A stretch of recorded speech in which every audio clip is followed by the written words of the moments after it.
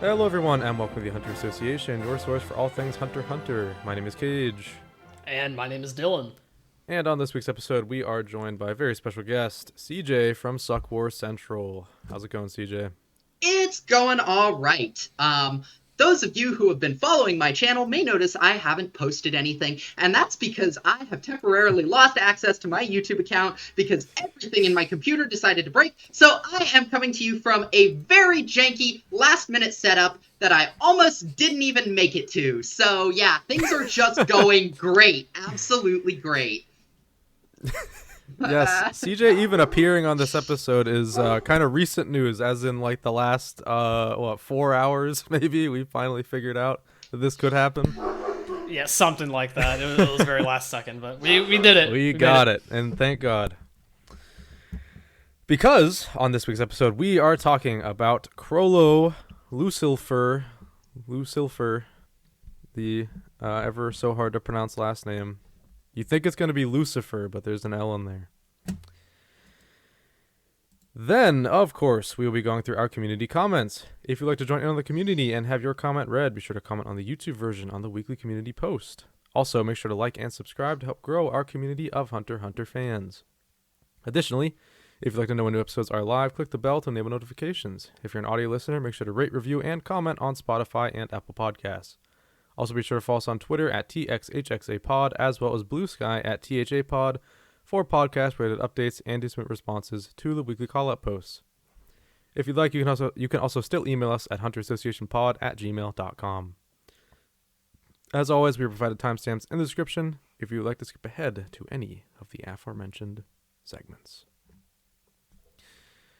All right. No, there's no news. There's still no news, guys. Yeah. So sorry to break it to you guys, but nothing. Radio silence still. Yeah, Okay. we were on a good streak for a while, but It's okay. It's- We're Hunter x Hunter fans. We will wait as long as it takes. that's right. You gotta. With how the current trend is, he's just gonna appear like literally out of nowhere and be like, "Yeah, Hunter x Hunter's back, guys." So like, I don't know. It's Whatever. Just wait. Yeah. That's how it goes. It's only a matter of time. It's in the future, guys. I think. We hope. So, yeah, it's going to be a short intro segment this week because there is kind of nothing to talk about here. So, I guess let's just go ahead and talk about Chrollo. You guys ready? Yeah. Yeah. Let's go ahead and get into it. All right.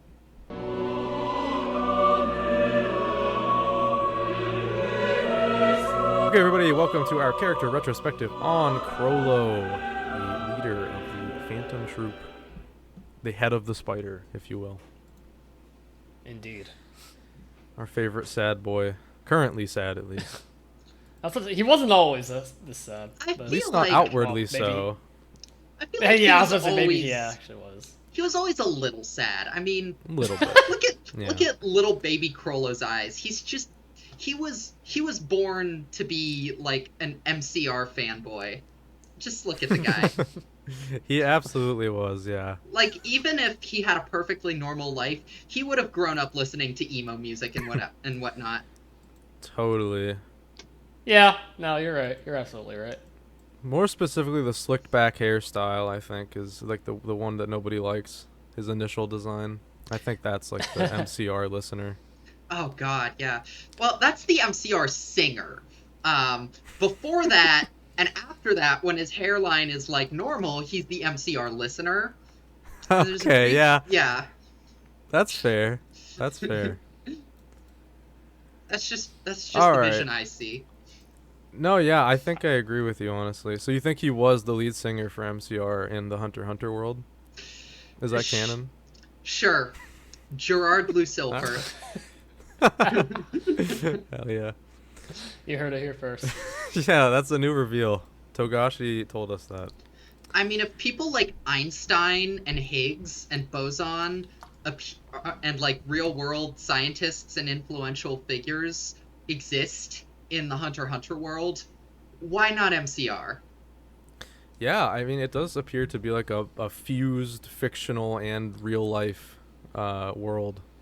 Yeah. As we'll talk about later, Shonen Jump does in fact exist in this universe. So, Chrollo, our boy, as always, if this is your first time listening to a character retrospective, we go through their entire story from start to finish, and then just talk about them in general. So, before the story, this is information we learned actually pretty recently in real world time, as recent as it can be for Hunter x Hunter, at least. It was actually, like 3 years ago? Over 5 years. Yeah, like 3-4 years ago, something like that. Maybe 5 at this point. I actually don't know. How long ago was that? I don't know. Oh, God. It's been a while. It was during my remember. semester abroad in Argentina. When was that? Damn. I think that was like, I want to say late 2022. Yeah, okay, I so- think that's right. Yeah. Okay, so about 3 years. Yeah. Yeah, it was around like Time is, November 2022 or something like that. Time is an ever-moving construct, obviously. Indeed it is. So, Unless you're the Sarai, earliest... Nick. Sorry. Oh, that's true, yeah. True. So details on Chrollo before the age of 11 are completely unknown. We have no idea his parents, where he came from, really. We just know that at least as of the age of 11, he was living in Meteor City. We assume he was born there, but we actually don't know. Nor do I feel like we'll ever find No. out any details before this point in time, but Yeah, Not really I feel a like reason. I guess. I feel like that Meteor City flashback was probably all we're gonna get. And just like based on who he is, I think that's like that makes sense. But we'll get into that later. Yeah. Plenty more to talk about. So, he grew up in Meteor City with many of the future members of the Phantom Troupe, including Shalnark, Franklin, Machi, Uvogin, Finks, Phaeton, and Pakunoda. There are also 2 others who aren't troupe members, named Sheila and Sarasa. Their lives changed forever when they stumbled upon an old VHS tape in a junkyard. The tape contained an episode of Power Cleaners, a tokusatsu series. I will never forget reading this part for the first time and just the contrast in what you would expect out of a Phantom Troupe backstory Right? with in-universe Power Rangers. Yeah. Yeah, it was completely bonkers. And I was like, oh my god, they're a literal troupe of actors.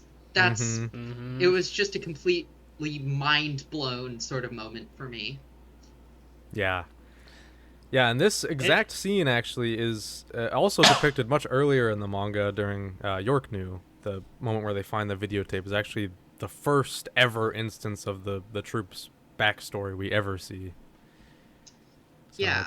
it was Wild. in Togashi's head for a very long time, evidently. Oh yeah, and I feel like especially with the name and with a bunch of the characterization that Chrollo gets specifically in York New, all the hints were there. He just he decided to defer it, I guess. Yeah, I just waited till, admittedly, a very random moment to show this, but I'm glad we got it. I don't think it was random, but we can get to that later. Okay, yeah, I would like to hear about that, actually. 'Cause it's always been a really weird placement to me, but I'd like to hear about that. But we got plenty more to go through. So, after they get the videotape, they decide to do a dub of it, because it's in a foreign language. I think it's called Gelman is the language. Yeah, I think that's right. I Yeah. don't remember. Wow, fake fan. You don't remember Gelman? That's crazy. Although I do think it's really funny that just because of the way what's it called? Just the way that katakana work, that would be Gelman is one translation. It could also be German. It could just be German, yeah. But German is not how they say German in Japan. I think it's like Deutschu or something. Something like... Oh, really? Like Deutsch, because that's what the Germans call it. So it's basically like... the vibes I get are that Togashi went on Google Translate and was like, okay, how do you say German in English? And that's what he used. That's I bet you're right. 99% sure that's why it's called that. No, yeah, you're totally right. I mean, there's a lot of stuff in there in Hunter x Hunter like that, like the continent of like what is it, Isa or whatever. Yeah, Yeah, Asia, or yeah. yeah. It's like very close to reality, but not quite. So they do a fan dub, and they show it off to the citizens of Meteor City as just like a form of entertainment. It was a huge hit, and so they continued to find tapes around the junkyard and dubbed them for an unspecified amount of time, probably a few months, maybe even a year. I don't really know. Probably not a year. I don't think they aged all that much during that flashback, but I was about to say, that's a lot of tapes of Power Cleaner specifically to find. Yeah. yeah, I know. I always think about that. It must have not been a very good show if people keep throwing the tapes away. Yeah, I guess not, but it's all the people of Meteor City had.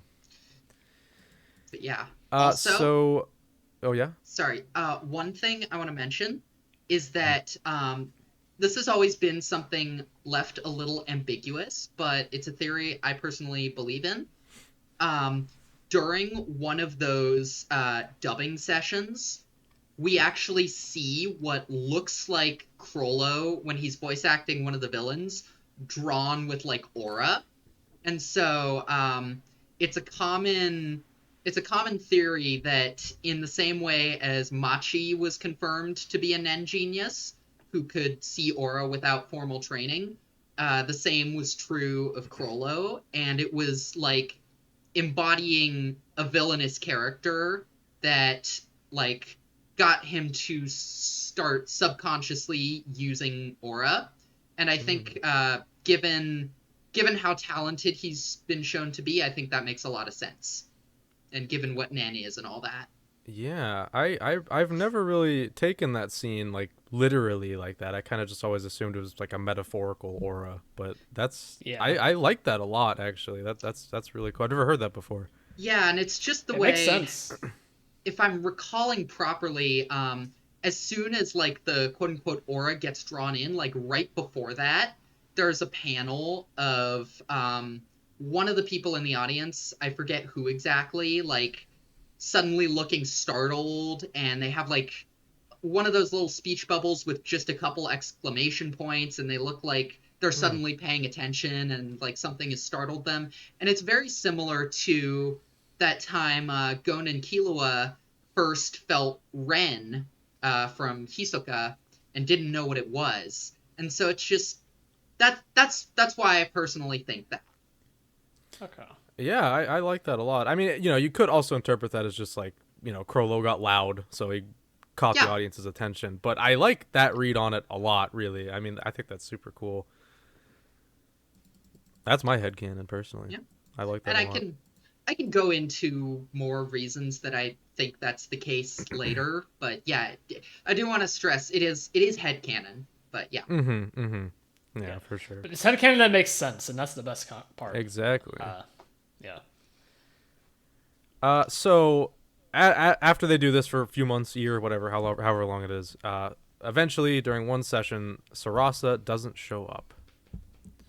So they and the audience form a search party to go find her, which eventually leads them to Uga Forest, where they find the scene of a crime, the instruments of torture, and a note left behind, and a sack hanging from a tree. Chrollo reads the note, but does not reveal what it said. He also opens the bag to find Sarasa's mangled body inside. And mangled is an understatement. It is completely ravaged and not in a good state. I was gonna say it's probably one of the more gruesome scenes in the series on the lowest of keys. Yeah, it's pretty bad. And just like the way Togashi makes you imagine so much while showing so little. Like, if I recall correctly, it's been a while since I read it, but like her foot is by her head, and that just paints such a horrible picture. Yeah, it's awful. And I've always really respected the decision to not say what the letter said. I just think that's 100 times more effective than actually telling us what it said. Oh yeah, because I always read that. Yeah, because I read that as well as like, it almost doesn't matter what the letter says at that point. Right? Yeah, it really especially doesn't. Chrollo's perspective, especially, right? Like, what's done was done, And whatever it says, like, your imagination is gonna do so much worse. Yeah. Yeah. That's the whole idea. Yeah, super cool. Yeah, and I just love he never tells anybody, as far as we know, at least. Sometime later, Chrollo attends Sarasa's funeral, after which he talks to Uvo about their future. He asks them to wait 3 years, in which he would be able to get the necessary funds to carry out his plan, which consisted of creating a website that would bring criminals together. During their conversation, they were joined by 3 other members of the troupe, except for Sheila, who decided to leave the group. Each of the other members chose Chrollo as the leader of the group, which would be formed 3 years later. How many times did I write group in that whole thing? Wow, Kaige. You know what? It's something It that happens. just like came to mind. Like we were talking about how like their group kind of like forms like as if they were like an actual like acting troupe, right? But like I'm thinking about the scene in particular where everyone's kind of like choosing like Chrollo as the leader, and this is like a very like loose connection, so like don't take this as like, you know, this is a for sure inspiration or anything, but like it's very reminiscent to me in retrospect how like in like the Power Ranger series, actually, if you watch those at all growing up, it's like there's always like a unanimous Red Ranger leader, right? And everyone picks that guy to be like the leader, and everyone seemed to be on board with Chrollo here. So I just find that kind of funny to think about, considering, you know, their upbringing was basically Power Rangers, right? Yeah, that's pretty cool. I have no background with Power Rangers, so I didn't know that. That's cool. I had no idea. Also, something I want to mention is that this is when they become the quote-unquote spider, because they're literally creating a web to catch criminals. Yeah. Uh-huh. Oh, yeah. So They're cool. very into like actually acting on their themes of the group and their imagery. Yeah, they're all playing roles. Yeah, but it makes a lot of sense, because before that we had wondered for so long why they were called the Spiders. Like that and the Phantom Troupe seem to conflict. Yeah. Both names were kind of completely mysterious. Had no idea. So around 3 years after that, wait. Oh yeah, sorry. I thought I skipped the thing. Around 3 years later, being around the age of 14, Chrollo founded the Phantom Troupe along with Franklin, Uvo, Machi, Pakunada, Phaeton, Nobunaga, and Shalnark. All the original boys and The founding singular members. girl. Yeah. Yeah. Other events we know from before the series happened at unknown times. We know of a few little details of Chrollo's life during this time. He fought Silva Zoldyck at some point.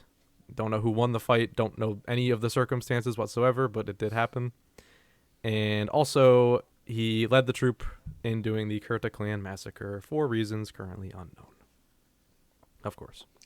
Lots of unknowns. Is Chrollo. Of course there's unknowns. Yeah, he's one of, if not the biggest question mark in all of Hunter x Hunter. If I recall correctly, one of the things we do know about his fight with Silva Zoldyck is that some other member of the Phantom Troupe was killed in the process. Oh, I think you're right. Yeah. Yeah. Oh, I forgot about that detail, actually. Yeah, one of the... Yeah, I don't know which number. Maybe it was Omokage. Yeah, Oh, God, we don't talk about him. We do not talk about him. We do all the time. Oh, God. Unfortunately. It's an unintentional bit at this point that we got to bring it up in like every episode if we can. He's just the GOAT. What can I say? Yeah. Well, however, this is not an Omokage retrospective, I've always We'll get been there. like more of a Genthru girly, but you know. Both are good. Both are good. All right, so that brings us to York New City. This is where Chrollo's story begins. He is mentioned, obviously, multiple times before that, but again, we do these from the perspective of the character, so we are all the way in York New City. Where Chrollo is first seen at a meeting of the Phantom Troupe in an abandoned area of York New City on August 31st. He orders the troupe to steal all the items at the underground auction and to eliminate anyone who gets in their way. Pretty simple. Yeah, very simple start. This arc begins pretty simply for them, but then it turns into a nightmare.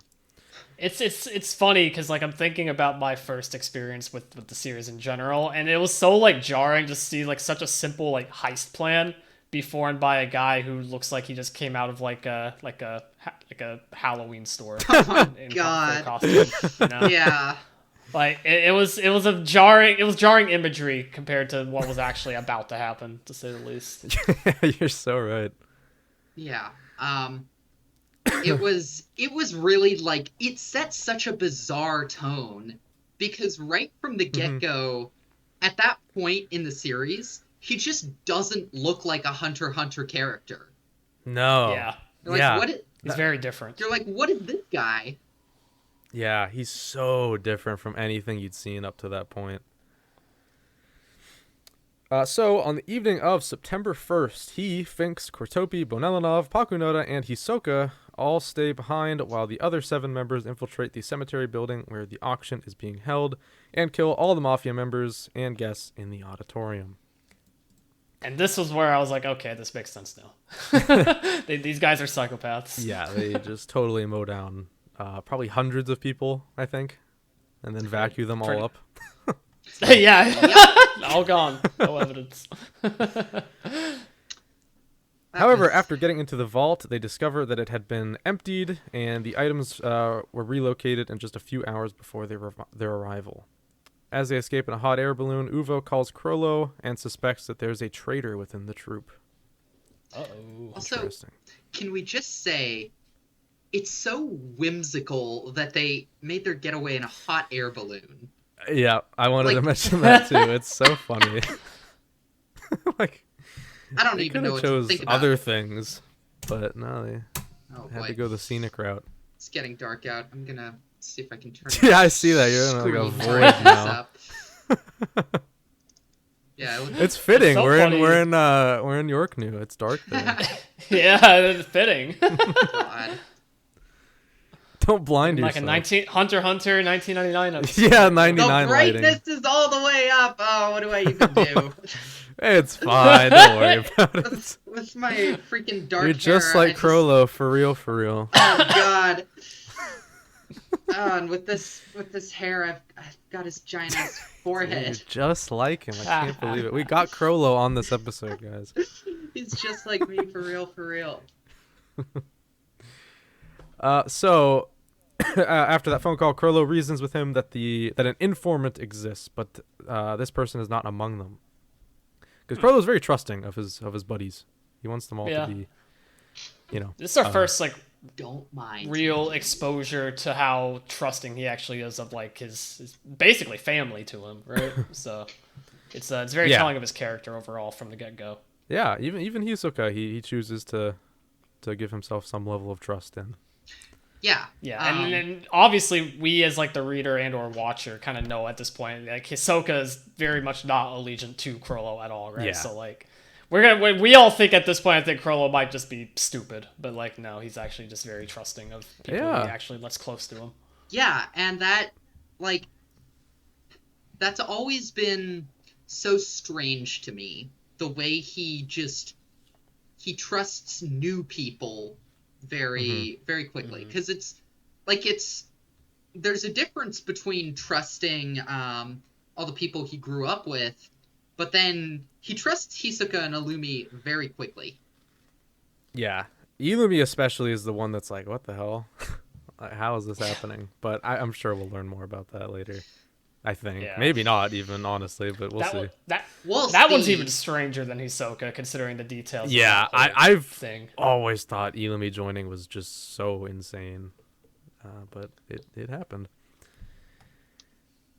So after learning about the man named Owl, hey guys, here he is. Let's fucking go. Go watch. Let's go. Here he is. Sorry, Man named Owl was. Just a quick prayer to our Oh, Lord of and course, Savior, the of course. Owl. Yes. Obviously, of course. Anybody at home, take a second. Give your prayers. All the time you need.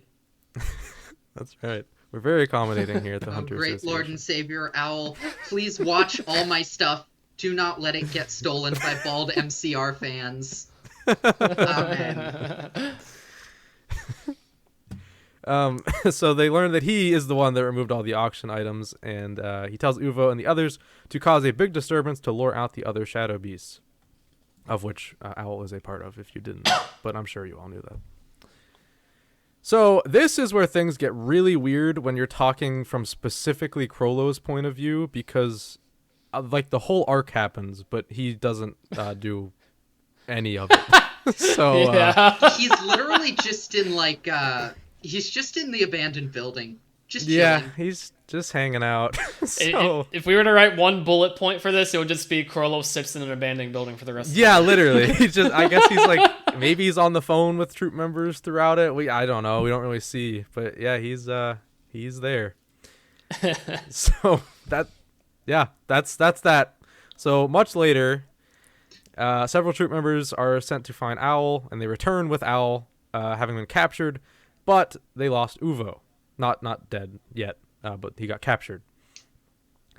Learning that he'd been captured by the enemy, Chrollo issues a rescue mission. It is successful. It would have been successful even if they didn't do anything. I want to remind you all, Uvo had that under control. Uvo was, he was chilling. He really was.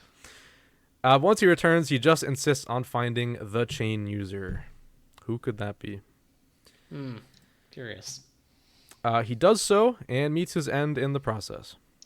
You know, we should make a video theorizing on who the chain user could be. That'd be a good one. That'd be a good one. Yeah. Oh, that's big. That's a big mystery. Yeah, one of the why biggest. we haven't thought about that. Yeah, it's been 20 years and we still don't know. I know. Crazy. Messed up. So yeah, obviously this is a huge turning point in the whole lives of the entire troop, because this is, as we know from the flashback, I mean, this is one of the earliest members. This is one of the founding members. This is one of Chrollo's earliest friends and closest friends, I will also say. They were very close back when they were kids. And yet, from looking at it through the lens of Chrollo specifically, it's so like interesting in retrospect, knowing that like we knew nothing about how like truly close all these founding members were when they were young, right? But like you could just see and feel like the vibe shift as soon as like Chrollo found out that Uvo was gone, right? Even just from Chrollo's from the lens of Chrollo specifically, right? Like his entire demeanor basically changed for the rest of the arc, and it was so interesting to see unfold. It's like that human element is added to him in this moment, whereas before this he's just like final boss or a farmer guy. But contrasted by how much of a freak he looked like too. Right? I want to say. Which very quickly changes after he changes his haircut after this to look like a normal functioning human being and not a freak.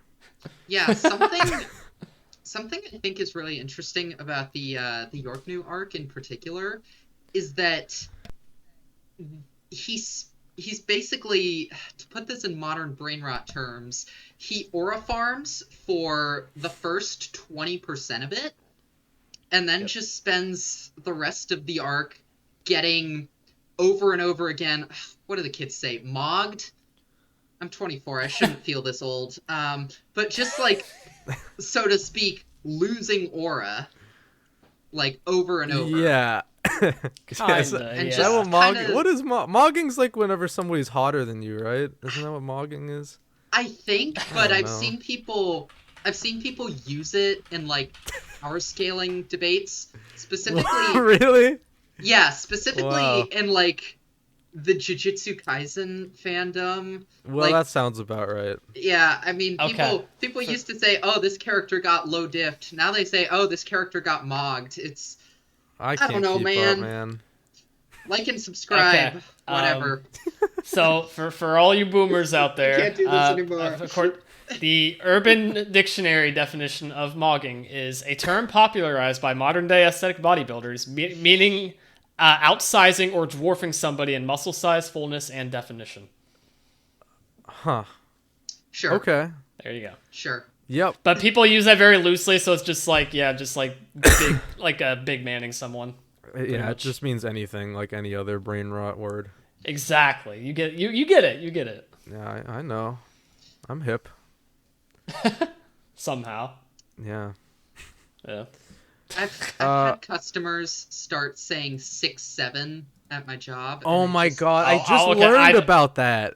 It's like I from don't a get it still. song or That's something. that's My friend, beyond me. who is like the same Okay, I've age gotten as us me. off track. Okay, yeah. What am I doing? What am I doing? Sorry.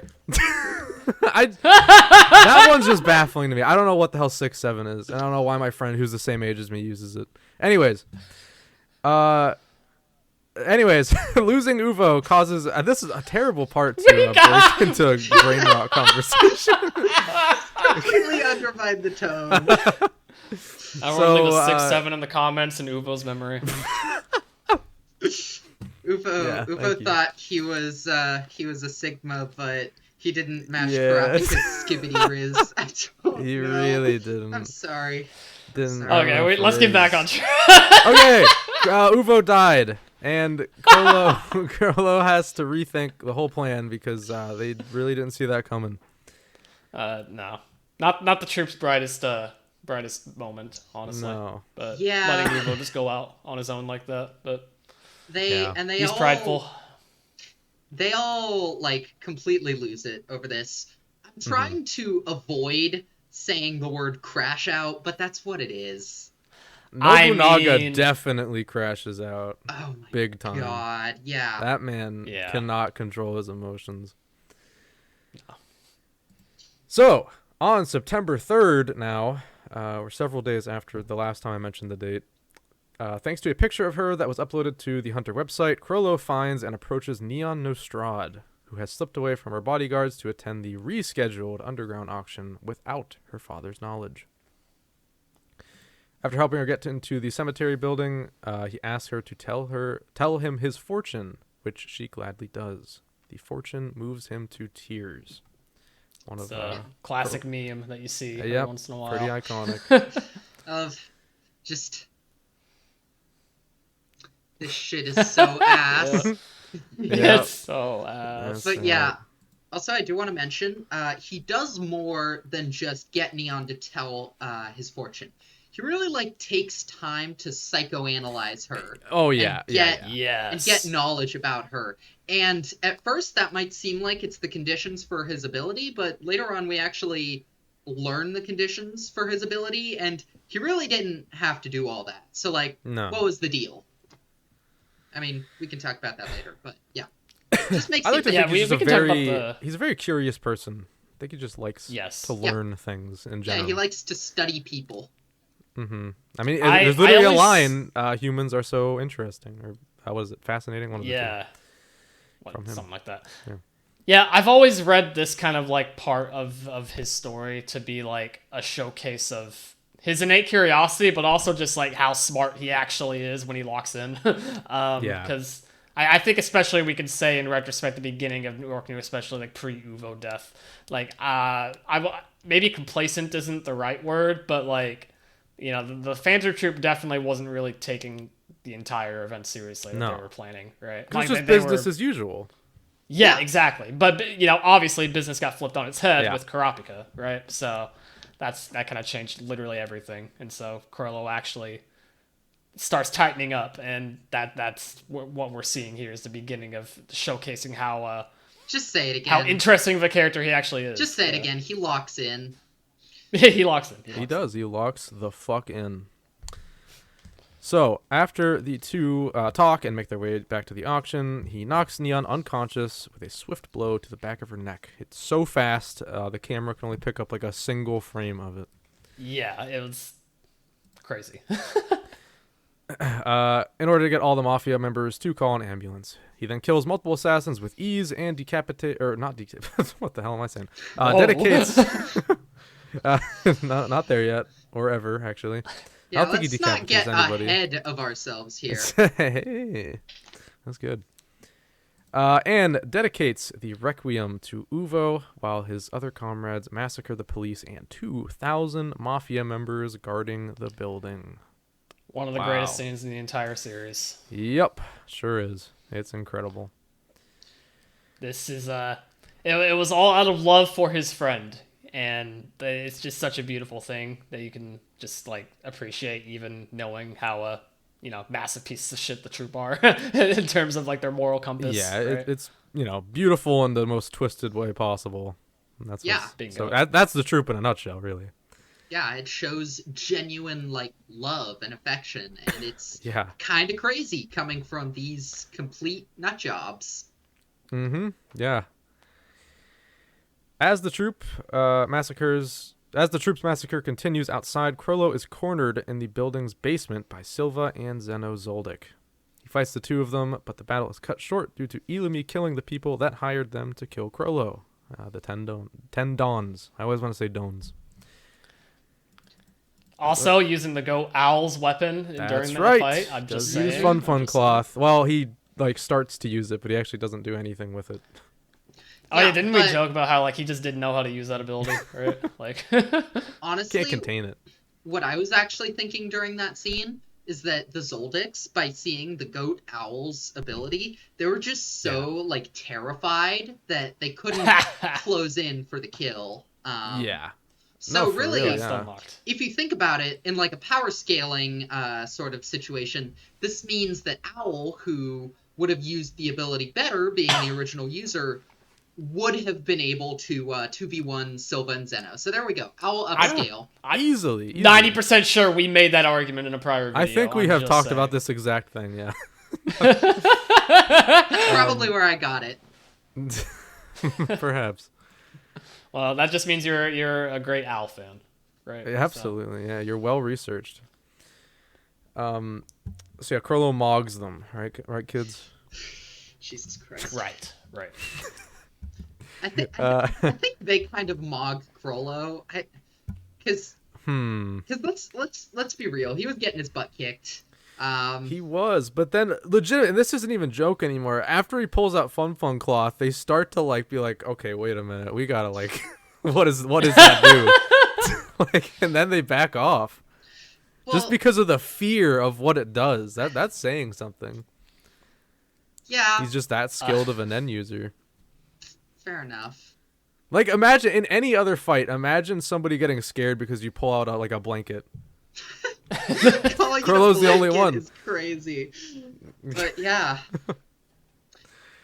I mean, like, let's be real though. With Nen, anytime somebody conjures anything, you gotta be careful, because you're like, okay, that thing, I don't know what that is. That does some bullshit. Like, oh yeah. Like, if an emitter or a transmuter pulls out something like Pokel's bow and arrow, you're just like, oh, I just gotta not get shot. But if a conjurer pulls out a bow and arrow, you have to be like, oh, what if that arrow creates a pocket dimension wherever it lands, where I have to win a game of chess against this guy with my eyes closed, and you just never know when something is conjured. It's always gonna be some bullshit. Like, every single ability in Hunter x Hunter falls into, at most, 2 categories, I think. Melee, ranged, bullshit. Exactly. Those are just the 3 ways to categorize Nen abilities, in my opinion. And conjurers, 100%. Always some bullshit. Always bullshit. Except There's Chi-Tu. always some bullshit. Well, it's bullshit in a different way. Yeah. I'll take out the bull part. That's exactly what I was going to say. Beat you to it. Great minds think alike. That's right. So afterwards, he orders the troop to continue as planned. They then make use of Cortopi's ability to fool the Mafia with fake corpses of 5 of the members, including Chrollo himself. So, everybody's chilling. They're like, oh wow, we just killed the leader. Hell yeah. Hell yeah. Let's go. I think it's the following day. Okay. Sorry, I just want to say, I think it's really funny that, because they didn't fake their deaths, they faked their corpses. So the Mafia just, like, they couldn't figure out who actually killed the Phantom Troupe.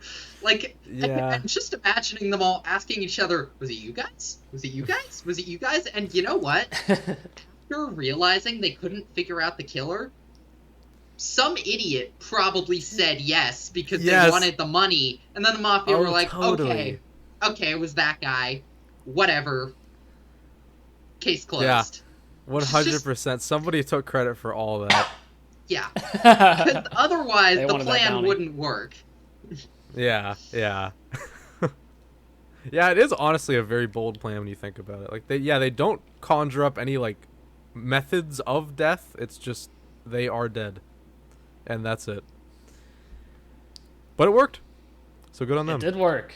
Even fooled Kurapika, but not Hisoka. But I mean, he knew anyways. He was a member. To be fair, Kurapika never saw the bodies. I don't know if he'd have been Yeah. fooled if he saw the bodies. That's true. Or wait, no, I think he actually I think maybe he did see the bodies. I don't remember. I kind of do have a vague memory of him seeing Chrollo's body, but I don't. Yeah, I feel like he was like, I can't be sure until I've seen the bodies or something, and then he asked to. Yeah. I don't know. Maybe. I think- That might have happened. I think he saw the bodies, and then walking away from that was like, Kurapika is now drowning in an indescribable emptiness. That's after he won the auction for the eyes. Oh no, you're right. Oh god, it's been a while since York knew. There's a lot of details in it too. It's hard to keep it all straight. In preparation for this, I mostly reread the SuccWar, fitting to my name, honestly. Yeah. Yeah. All right, so the following day, Chrollo tells the troupe that they will leave Yorknew that night once they retrieve the rest of the loot. But Nobunaga insists on finding the chain user because, as we said before, he is crashing out. In order to persuade Nobunaga against this, he uses Neon's stolen ability to tell the fortunes of Nobunaga and the other members, and they learn that 5 more of them will die in the next 2 weeks if they keep chasing after the chain user, not the Nen user. There's a lot of those. Yeah. That's a lot of death, though. Yeah, that's a lot. So they then intend to leave. Oh, go ahead. Sorry, I'm trying to remember. Was the figure of 5 more? I think that might have just been from Hisoka's fake fortune, but some of the other real fortunes said they were gonna die, or said like a few of them were gonna die. Do we remember that? Sorry, it's been so long since I last looked at Yorknew, and by so long I mean like a few months, but there's a lot going on in my brain. Yeah, it's a lot. It's hard to remember small details like that. I don't exactly remember. I'm pretty sure. You know what? No, I don't know. It's some ballpark 5 people were gonna die. I think that is like gathered from several other fortunes though, and we do know Hisoka's actual fortune. We saw it before he changed it. Yeah. And I think. I just know. Oh, go ahead. Because I remember the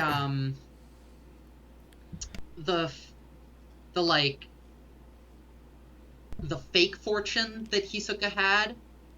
I think that was at the very least the first to give us the half figure. Maybe. I'm not Yeah. sure. But we know a bunch of them are gonna die. That's the yeah. important part. Sorry, I'm getting hung up on like technicalities. No, it's fine. So yeah, they then intend, after reading this fortune, they then intend to leave Yorknew to avoid the fortunes, but Hisoka alters his own with his Texture Surprise ability, so that the troupe will stay in Yorknew and he will have a chance to fight Chrollo. That's still one of my favorite Hisoka moments. It's just so smart. Mm-hmm. Yeah, love it. Later, Chrollo is able to deduce that the chain user is one of Neon's bodyguards and a surviving member of the Kurta clan. Thanks to Cortopi, they are able to figure out the hotel he is staying at as well. This part in particular, I thought like Chrollo's just the smartest man on the planet. I think like He sure is. I Yeah. don't know how you're able to deduce that many details out of what you had so far, but wow. When he wants especially something, the he Kurta gets it. clan. The Kurta clan stuff specifically, I was like, whoa. But like, I mean, I guess like you could make the argument that's like a featured item at like the auction, right? But there's so many items being at the like auction there in the first place, right? So like that's just crazy that like he was able to deduce it to that specific part as well. Well, I think Chrollo's thought process there was, if I recall correctly, this was shown in the manga. I'm I'm not quite sure though, but I think it was essentially like someone was able to kill a member of the Phantom Troupe, which is a lot of trouble, and they have and they work for the Nostrad family, and they have the Scarlet Eyes. So why would so clearly somebody has beef with the Phantom Troupe and wants the Scarlet Eyes. When you put that together, it kind of makes sense as like a logical assumption. Yeah, they were given like pieces of the puzzle along the way. They just kind of had to piece them together. Yeah. I guess I'm more so just impressed that like those details specifically are what like stuck out whenever they actually like thought about it, and they didn't really think twice about it as it being like any other possibility. So that's the impression that left on me. Yeah. I also think they didn't have a lot of other leads, you know? Like it's not like the evidence for that theory was overwhelming. They just didn't have any evidence for any other theory, really. Yeah. That's fair. Yeah. Either way, Chrollo is stupid smart. So he sure is, yeah. You know, what can't this man do? So on Save the way his to the friends. hotel. Sorry. Oh yeah. Yeah. No, you're right. On the way, they notice they are being followed by two people. He tells Kortopi, Nobunaga, and Pakunoda to go ahead, while he, Machi, and Shizuku stay behind. They then capture Gon and Killua again. Chrollo wasn't there the first time, so we didn't talk about that at all here. But it did happen. Meanwhile, Pakunoda and the other two are able to learn Kurapika's name and face after capturing and killing Squalla. Rest in peace, Squalla. Rest in peace, man. He just wanted to live with his dogs in peace. Chrollo, Machi, and his girlfriend, whose name I forgot. Forget his girlfriend. I forgot her name I too. remember, okay. but I don't. It's okay. Well, whatever. If you remember Squall's girlfriend, leave it down in the comments. Yeah, please. And you can't look it up. No, you can't. Not allowed. Are not allowed. Give us your best Close that guess. tab right I now. want everybody who decides to comment on this video, give us your best guess at what her name is. Thanks. Mine's Jerry. I think her name's Jerry. Jerry is crazy. She kind of I remember what she looks like in my head. My bet is she's like a Mary. She kind of looks like a Mary. That's kind of what I was thinking. Mm-hmm. Okay, maybe it is Mary then. I don't know. I feel like it had We'll more find syllables. I just don't remember. Yeah, Probably. I couldn't It's probably tell you. Japanese, right? So. Oh, maybe. It's Hunter I Hunter think after it was all. Japanese. I don't. Well, Who's just that? looked it up and it believe- is Jerry actually. So we're okay. We're moving on. Is it? Whoa. Okay. Dylan, come on. You almost said, "Is it really?" We spent way more time on Squalla's girlfriend than I would have ever expected in a Chrollo video. I think that's the most I've ever thought about her, to be honest. So, Chrollo, Machi, and Shizuku take the boys, being Gon and Killua, to the hotel and meet up with Pakunoda's group in the lobby. He tells Pakunoda to check their memories again, but before she can reveal what she learned about Kurapika, a power outage suddenly happens, allowing Gon and Killua to make an escape attempt. They fail to escape, but during the chaos, Chrollo was captured by Kurapika. Ho ho ho. Hell yeah. The rat All thanks to captured the Leorio. cat. Chrollo, now captured, sits by Kurapika in a car as he negotiates a hostage exchange with the other members of the troupe. And again, this is another one of those funny things from Chrollo's perspective where it's like, okay, well now the whole rest of the arc happens, but he's not there. So it's just, York New from Chrollo's perspective is just a series of unfortunate happenings. Yeah, he's just kind of chained up by Kurapika and gets beaten up for the rest of the episode. Yeah. He's just in the back of the car. Yep, that's He it. chills in the back of the car. So yeah, he does get punched up. Beat up a lot. Imagine if it was really hot and they accidentally killed Chrollo by just leaving him in an overheating car. Yeah, and they put a sign on the car that says "Do not open." We're playing his favorite music and the AC is on. And it's But and it's a just lie. that- The heat's on actually. No, it's that orchestral music from the Requiem scene. From the Requiem. You'd probably like that. Yeah.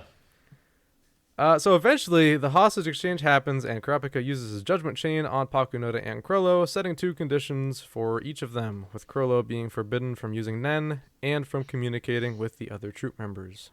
Obviously, this is a problem. So he also, in addition to doing nothing for the rest of the arc, he also cannot speak to any of his friends. So he's an interesting place to leave Chrollo, but yeah, that is what happens. I said earlier, what can't he do? He can't do a lot now, so... Yeah. He's kind of just on his own. So he is freed, but decides to stay away from the troop for the time being. So he is simply left alone in some kind of desert or something. There's a lot of rocks. I don't really know what this place is, honestly. It looks like... I just assumed some barren wasteland outside of York New City or something. I guess, right. It's like the Vegas desert. Even though this is based on New York. Oh my god. It's so funny that it's like, yeah, we just captured and like nullified the most like problematic guy like in the entire city, probably one of the most like wanted fugitives in the world. But let's just drop him off in a desert, you know. Why not? We'll see what happens. To be fair, though, that was probably a smart idea, because in the meantime, if literally any Nen user recognizes him, he's toast. Yeah, true. Yeah, that's a good point. He's got people wanting to kill him all over the globe. Yeah, yeah, and they can't just off him too, because you know it's a hostage exchange, right? They kind of want Gon and Killua in one piece, right? So yeah. No. We're talking about Hunter x Hunter. Oh, true. My bad. My mistake. But wow, nice. Yeah, just like I guess going off into the desert is genuinely like one of the smartest things he could do. Yeah, I mean he's safe for the most part. I don't know how he got down from that rock, unless Hisoka did something. Point, yeah. But I don't know. He's an agile man, and aside, you know. Yeah, so. He's just climbed down, I guess. So Hisoka, who was aboard the airship, then reveals that he was faking being a member the whole time. And he wants to fight Chrollo. But Chrollo says that he can't use Nen. So that's that. We Poor get Hisoka. my favorite Hisoka face in the entire series. It's incredible. I love that moment so much. So then the Chrollo blank period happens. We have no idea what this man did for a long time. But he was doing something. Probably ate a lot. Talked about a lot. Probably ate a lot of prickly pear fruits. Yeah, almost certainly. Living off of water from cacti, you know, the usual. Yeah. Climbing up on rocks to Aura Farm. Yeah, just. Yeah. But he didn't realize. Climb up and just stand there like Piccolo, and then he'd climb back down. He didn't realize the camera was off of him by that point, though. So. Yeah. So the next time we see him it's just the arc later, but it's also just for 1 millisecond. It's Greed Island. He is seen reading an issue of Weekly Shonen Jump as Hisoka and Abangane, a Nen exorcist, who you would know if you read Greed Island, but we aren't talking about a single detail of it here. So Abangane is there. They approach him, and that's it. So. Oh, sorry, is this podcast friendly to Greed Island skippers all of a sudden? Absolutely not. Never. Because, exactly, because it has, the most pivotal, most important character in the series, the only one more important than Owl, Genthru. Of course, and it's Polycule, don't forget. Oh my god. Don't forget the Polycule. They're all equally important. Sub and Bara. Go listen to our 10-hour episode with CJ. Wait a minute. I just realized their names were Sub and Bara. Really, really strangely close bond of 3 men. Did Hideo Kojima write this shit? Yeah, they got a guest writer for the bomber. Do you guys probably get the sub joke, but do you know what Bara means? Trust me, I know. Okay. Yeah. Okay. I do. We got friends. Yeah. Well, a friend in particular. Okay. Oh yeah, I mean, I wasn't trying to leave it too specific, but Yeah, We know the one. we've all got the yaoi friend. We all do. We all do. All I right. doubt he watches this episode anyway, so whatever. He doesn't watch any of our shit. He's a fake friend. True. I'm kidding. He's very close. We can say this. All right. Succession contest arc. We're here. Much later. We kind of skipped a lot more now. Yeah, because we don't know anything. We have still, even now, we do not know a single damn thing this guy did in that entire period of time. I mean, we can presume now that Abangane exercised the curse, but we don't know the details about how that happened. So, Imagine. Well, Abangane did it probably. Well, that's as far as we know. Yeah. Judgment Chain has to be a much worse curse than Countdown. So I'm just imagining, like Abangane walking around with a toad the size of England after that. Yeah, probably like the Jiraiya toad. But yeah, also it is worth noting that presumably during the Chimera Ant arc and whatnot, Chrollo got his Nen back, so Hisoka was chasing him around the world, while Chrollo was chasing a whole bunch of people to get their abilities so that he could fight Hisoka. Correct. Yeah, yes. Including the Sun and Moon. What else did he get during that time? Well, actually, that's Order Stamp. Yeah. Order Stamp and Convert Hands. Yes, those are the main three. Yeah. Also, just a little headcanon of mine. I feel like the Phantom Troupe, when they went to Meteor City to exterminate the ants, that's when they were told about Sun and Moon, and that's why Chrollo went to go get it. Or how he like knew that. to. Yeah. That's just what I would imagine. I could see it. Yeah, no, I get that. So, next time we see him in the story, completely randomly to us. But what I like about this is it always has felt like it's like the conclusion to an arc we didn't see happen. It's like a cat and mouse game between Hisoka and Chrollo for months, and now we just get to see the finale of it. Mm-hmm. So Chrollo is next seen battling Hisoka in Heaven's Arena, and he's also a floor master, by the way. Don't know how long he's been one, but he is one. Wild reintroduction to this character, considering where we left off last and how long it was before this. Yeah. Also, like 200 chapters or something like that, right? It's more than that. I think actually, something right? like that. Yeah. A long time. Very long time.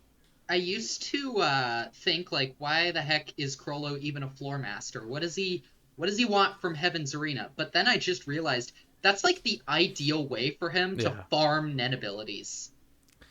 It's probably a lot of junk ass abilities, though, to be honest. I mean, you had fucking Real Velt and Guido up in the top tier. True. That's but pretty low bar. It makes you wonder presumably. though what like value Chrollo saw in Heaven's Arena at a certain point, though. It's curious. Well, the thing is, Guido and Real Velt were not the top tiers at all, because they were right under it though, but they were cheating their way there. They didn't even earn their right to challenge a floor master. I would imagine anybody who earns that right, I think it's they have to win like 10 other fights in Heaven's Arena to earn their right to challenge a floor master. So that's like 10 other Nen users that they've beaten, which means their Nen ability can't be like terrible. So it's like the perfect way for Chrollo to get Nen abilities that are tried and tested and like have proven effectiveness. True. Yeah. And maybe he even got something from something used on Hisoka from there. Convert hands. Who knows? Never know. So they fight. It's awesome, and Chrollo wins. We all know the fight. There's a lot that happens in that fight, obviously. Yes, obviously, but we're not. We've talked about that fight so much. CJ, if you want to talk about the fight at all, though, feel free. I'd love to talk about it more. Yeah, I think it shows that Chrollo does not accept any margin of error. He did this cat and mouse game not until he felt ready to fight Hisoka, but until he felt like he had a plan that there was no way he could lose. And, it works. He dominates the fight from beginning to end. Yeah. And basically, Chrollo or Hisoka lets him sort of stack the deck because he wants to fight Chrollo at his best.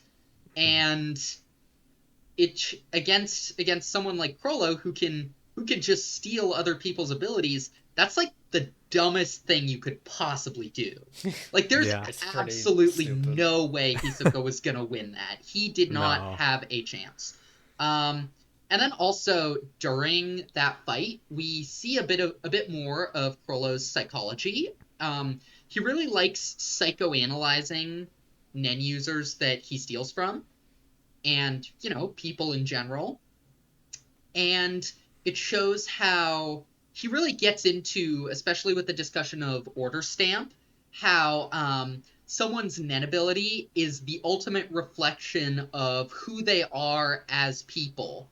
And that's part of the reason I feel like way back in Meteor City when he was doing that dubbing and there was that menacing panel, that's why I feel like he was genuinely using aura there, because who Chrollo is at heart is, an actor. And yeah, that was just the ultimate expression of that.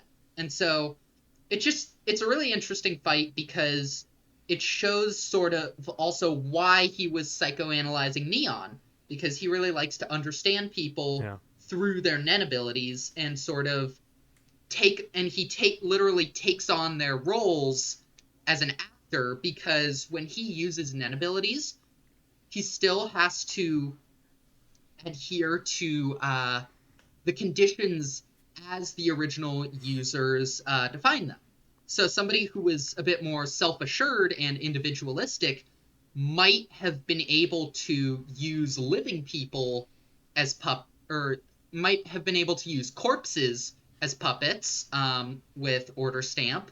But Chrollo, because he sort of enjoys inhabiting the headspace of those Nen users, he limits himself to only understanding the definition of a puppet as the original user of the ability used it. So it's more about how ultimately he's an actor.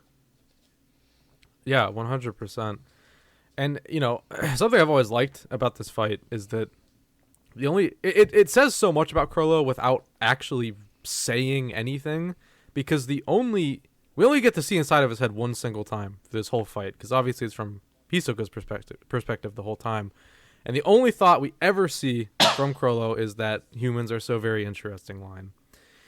But that's not to say that this fight says nothing about Chrollo. It's a, show don't tell thing. We get to see him in his element. Like, this is the most real fight we've seen him in, obviously. We've seen him fight before, but it was cut short, and really he didn't really get to show off much of anything.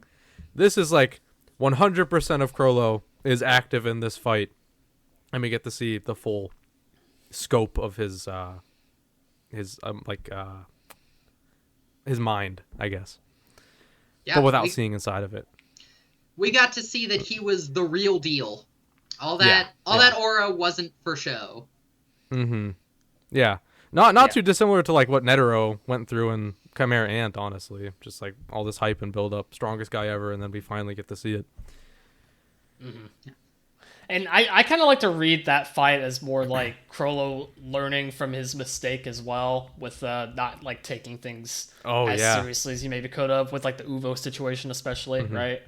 Yeah, that's how it reads to me anyways, and that's the beauty of that fight and that entire part of the story in general too. You can kind of read intentions and thoughts and behaviors in a lot of different ways from both of these characters, not just Chrollo, honestly. Yeah. But it makes for a very fascinating spectacle, I think. I totally agree with that. Like, his plan for the York New auction was like, go in, kill everybody, steal the stuff, leave. He didn't effectively, put much thought into it. But when it came to killing Hisoka, he was like, I'm never making that mistake again. He came up with like the perfect strategy, and just really put everything into it. Yeah, because I mean, this is before he even really had like a huge grudge against Hisoka. Obviously, that comes after.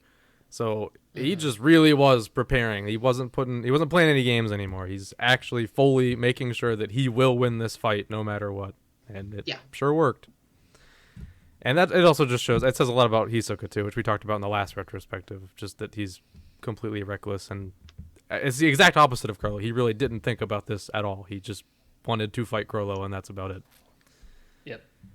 Yeah, and I think it's like, in terms of character development and growth, Hisoka is quite literally one step behind Chrollo. Yeah, because totally. He makes the same mistake that Chrollo made in the York New. Yeah, absolutely. Yeah, it's so interesting, the two of them.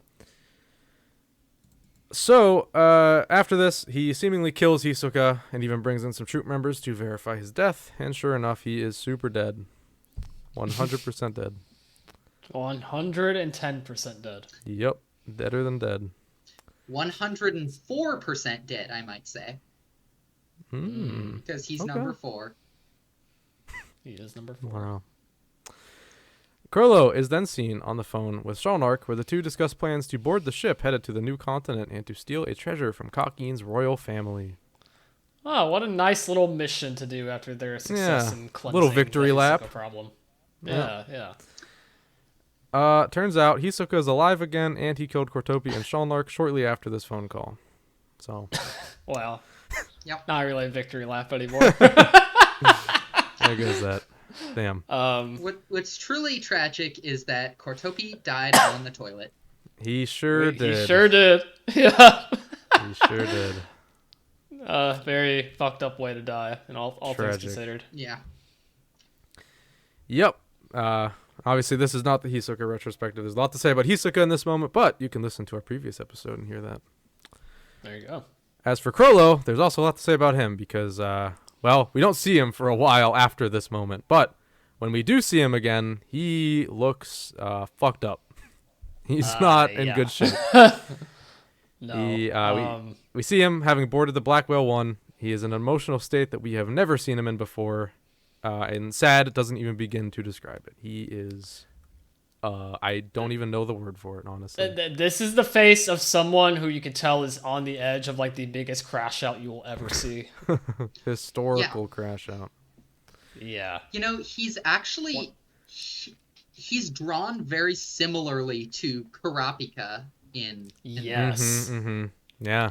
You could say that he's drowning in in immeasurable sadness even, That's right. Yeah. Yeah. One might even call it an emptiness, and it would be really hard to describe the scope of that emptiness. It sure would be. One might even call it indescribable. I think this is where the parallels between Chrollo and Kurapika especially become extremely apparent from this point on. Yeah. There's a lot of similarities in their characters and just like their circumstances even that you can kind of draw between the two from this point forward. And I think that makes Chrollo's character incredibly, like, he was already incredibly interesting as is, but like this adds like Chrollo is probably the most layered character in this entire series, I would argue. In terms of like just everything that goes into what makes Chrollo and what makes him tick, and just everything surrounding him. I would agree with that. And something else I want to mention is that way back in... This adds a lot of depth to Kurapika. Way back in York New, Gon and Killua talk about how they don't want Kurapika to become a murderer, and so that's why they're trying to make sure that he doesn't kill anybody. And then with the parallels becoming much more apparent in the Succession War, it sort of shows like, Gon and Killua's worries there weren't totally unfounded. they weren't just the childish moralizings of a couple of 12, 13-year-old boys. Like, they were onto something. Yeah. Mm-hmm. Totally. So, we start off by seeing Chrollo on tier 5, which this is one of my favorite Chrollo scenes ever, honestly. It's a very small scene, but I love it so much, where a man tells him to forget about all his ties to the old world. However, Chrollo replies that it will be difficult since ties are meant to be severed, not forgotten. Bars. Love that line. Love that line. Yeah. Flames. Yeah, it really is. Just the like fire writing gif. Insert that. Yes. Maybe throw up the Blackbeard One Piece. You know what I mean. Yeah, of course. So, on the second day of the Black Whale's voyage, Chrollo meets up with Machi at a crowded market in Tier 5. Both of them want to be the one to kill Hisoka after the deaths of Kortopi and Shalnark. Machi suggests flipping a coin, but Chrollo reminds her that coins are for disputes between two individuals, stressing that every member of the troupe, including himself, wants to kill Hisoka. So Chrollo's like a wise man now. He's like Gandalf the White. He's come back wise. He's got a lot of wisdom to share. Yeah. Well, they are one unit, is essentially what he's saying. Mm-hmm. You know, like, they are united in mind. They all want this clown dead. Yeah. That's what he says right before they do the worst thing they could possibly do and all split up. This is true, Well, yes, yeah, but they are. you know, Yeah, they're not firing on all cylinders in this arc. no. And then that just goes to show the effect that, like, you know, these troop deaths have on Chrollo's like psyche. You know? Yeah. This is a guy presented as like one of the most calculated, smartest men in this entire universe, and you know, the death of a loved one to him just kind of sends him spiraling. And I mean, which makes sense. That'd be enough to make anybody spiral to a degree, right? So Yeah. Chrollo is still human at the end of the day, and so that's what makes his character so fun to watch develop. I do wonder how much you really cared about Kortopi. Oh, God. Well, okay. Okay, that's brutal. If Kortopi has the face that only a mother could love, then I guess call Chrollo the mom. Oh my God. You know what? You're right.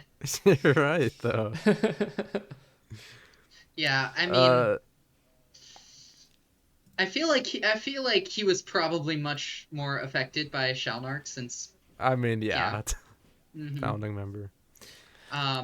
Also, like, with how something I just kind of thought of too, like, you know, troop members specifically dying aside, because that's like Chrollo's family, basically, right? Like, I wonder with how gruesome like Shalnark's death also was depicted from Hisoka. Like, you know, of course, wasn't as like mangled as, you know, as it could have been, I guess, but it was a very gruesome scene that, you know, was depicted towards the end of that chapter, right? Yeah, and I wonder if just like any kind of death in general is that like triggering to Chrollo to that regard, because it reminds him of Sarasa, right? So, I don't know, just stuff to think about. I was gonna say there were a couple things about that scene which probably triggered some kind of flashback. First of all, Kortopi's head was severed. And the first thing that Chrollo saw when he opened that bag was Sarasa's, you know, severed head. And second of all, Shalnark was strung up on a playground. And, I mean, there's a couple ways that evokes the murder of Sarasa. First of all, there's the obvious fact that Sarasa was a child when she was murdered, and playgrounds are, like, associated with children. And then also the fact that Sarasa's bag was, like, hanging from a tree, and Shalnark was also, like, strung up. And that's... And between that and Kortopi's severed head, it just, like... It feels really evocative of the murder. To the point that I almost wonder if, like, Chrollo might have told that story or recounted that story in front of Hisoka, or if maybe, I don't know, Chrollo doesn't seem like the type to say that, but maybe one of the other troop members told Hisoka about that whole thing, and then Hisoka did it on purpose to mess with him. Or it could have just been one hell of a coincidence. I mean, if anybody, maybe Machi would have told him, because the two of them had some kind of relationship in the past. So, Right. If anybody would have told him, could Yeah. see it. Because I don't really know if, at least on screen, we don't really see Hisoka interact with any of the other members in any kind of meaningful way. Yeah, Chrollo at least liked Machi enough to proposition her. So, yeah. You There's mean that. Hisoka? Sorry, Hisoka. Whoops. Yeah. Yeah. That's one of the first things we see about Hisoka's relationship with the rest of the troupe. Otherwise, we really don't see much except that they think he's a weirdo. Which is fair. Yeah. He is. Fair. He is a weirdo. He sure is. I'm sorry. Yes, the Phantom Troupe are a bunch of little freaks, but Hisoka is so much freakier than them, and you can tell just by looking at the guy. I would, if I was Chrollo, okay, taking new applications for the Phantom Troupe, and I saw that dude walk up, I'd be like, no, out of here. I do not. Clown makeup, rubber band corset, no, get out of here. It's a lot. Yeah. Yeah. I'd probably be in the same boat, honestly. Yeah. I like to imagine. I really wish we could see how Hisoka became a member, honestly. That'd be a really interesting story, but it's probably just not important enough to really tell. What if he just... I think we're at that point. What if he just, walked up, dressed normally in, a suit and tie, and then he didn't dress like a clown until, a month in? And they were like, well, it's too late to kick him out now. It's like starting any new job, yeah. Save your clown makeup till after the first month. Exactly. So, after that, he then tells Machi to find Hisoka, and he guarantees that he will be somewhere on the ship. So somehow they know that he is 100% on the ship. Eventually, all the current troop members, including Illumi now, Sure. meet... Oh, go ahead. No, I just said sure. Oh, Yeah, whatever you say. They meet up in the central dining hall where they trade information they've gathered about Hisoka's whereabouts. During which a group from the Cha-R family then interrupts their meeting with the leader rudely asking them to move from their table. Chrollo refuses and asks them to find somewhere else instead. The leader of the group, unnamed by the way, this guy does not have a name. I can vividly picture him in my mind. He has tattoos, bald, but Big no old name. mustache and beard. Yep. He just detailed enough to where he's kind of important. So it's a Yeah, he seems to be. We've speculated before about how the Cha-R family likely has sub factions based on their tattoos, but right. Anyways, yeah, whatever. So, the leader of this group stops a fight from breaking out as he realizes who Chrollo is. According to the leader, the troops' rampage in York New City allowed them easier access to the new continent. The leader further orders the troop to do their business elsewhere. So that's always been an interesting detail. I really don't know how that correlates exactly, but it's cool to know that that incident was such a huge deal in the underground criminal world that it made this whole arc possible. Which only makes sense from a logical standpoint. Yeah. Right? I mean, It Created was the biggest the whole power vacuum. massive auction. Yeah, exactly. Yeah. It makes sense that there are ramifications from that event, but it's just cool to see that actually detailed to some degree. Now I'm just imagining an alternate future where they never raided the auction and Neon Nostrada's on this boat and starts realizing that literally everyone's fortune says they're gonna die. Yeah. Yeah. That would have been Oh, man. crazy. Wow. Yeah, that would be really interesting. That bums me out even more that I guess she's just dead or whatever. The ability is no longer usable. Who knows? We'll get there, I guess. But maybe. Maybe. I still don't think she's actually dead, but whatever. I have no evidence. I just don't think so. I think she is so dead. I think she's. Well, it makes it even weirder because like Kurapika never brings her up ever. So like, I know. if anybody would know, you would think he would know what happened to her, right? But I don't know. No clue. We talked before. There's a lot you can. Never mind. We don't need to talk about this. I'm not going to a whole nostalgia family debate right now. We're already running behind. No. Yeah. Okay. Before leaving, Chrollo tells him that they are looking for someone over 190 centimeters with an unpleasant air about him. Which is rude. rude. That description. Yeah, a little bit. Justified though, I think. Yeah. I mean, I'd say so. I don't know because Hisoka doesn't.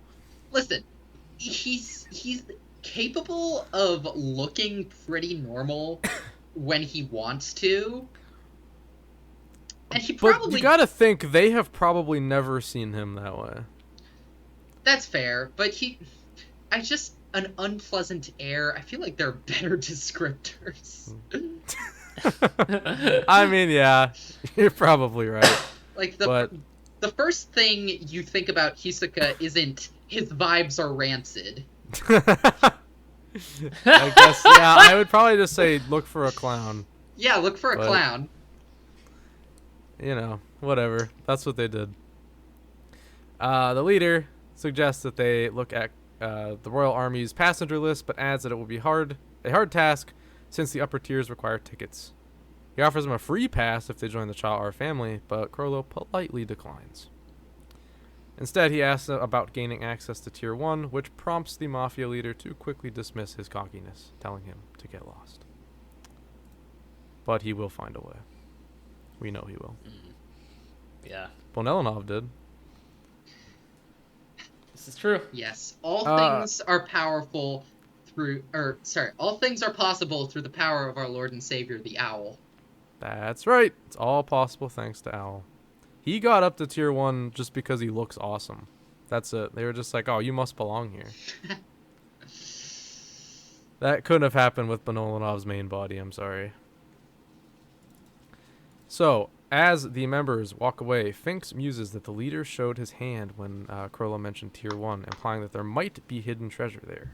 Chrollo stresses that they need to find Hisoka before going after any treasure. Although he will later contradict this, but we'll get there.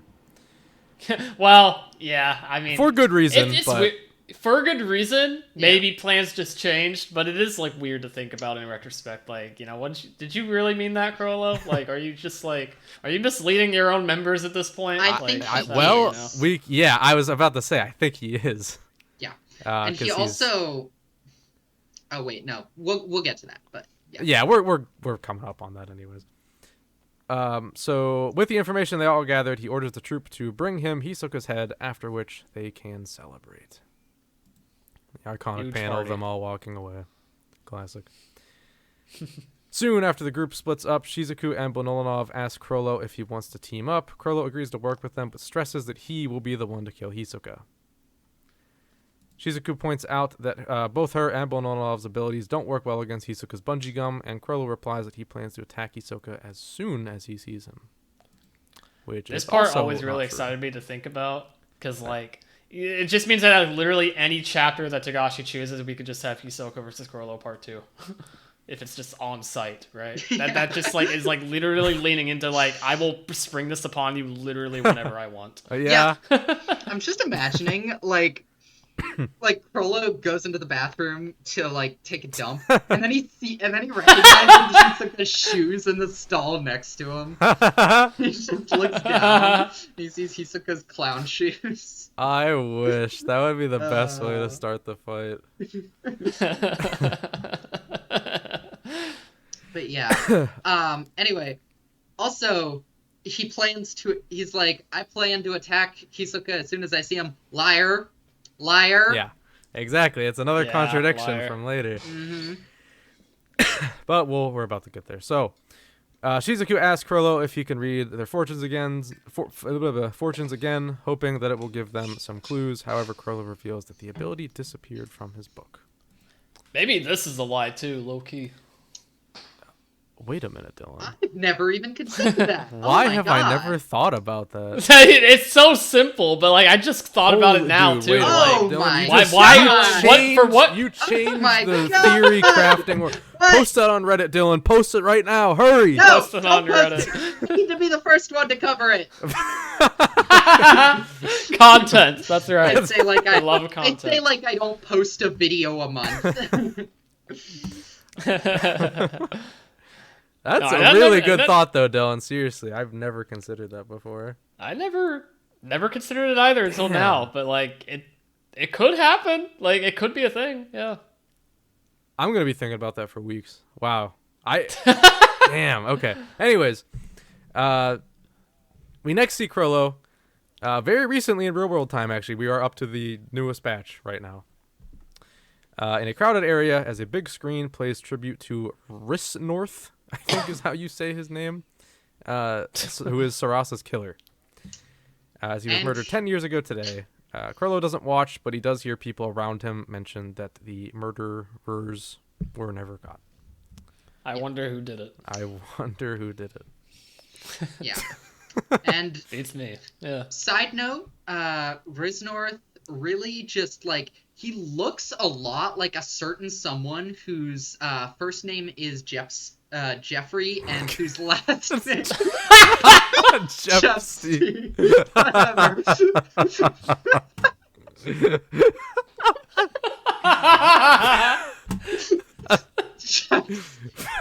First name Oh my Jeffsy. God. Whatever, man. Whatever, man. You all know the punchline I was gonna go for. I really did. You I nailed jumped it, the gun. CJ. You nailed it. Yeah, you know, You know the one. every has its Jepstein. Oh shit. Okay. Of all the things So- to stumble on. Of all the things. Probably one of the worst possible outcomes there. But it happened. Okay, so as a crowd assembles for Hulkenberg's funeral procession, Chrollo walks around tier 3 while using love dial 6,700. Anybody say this any particular way?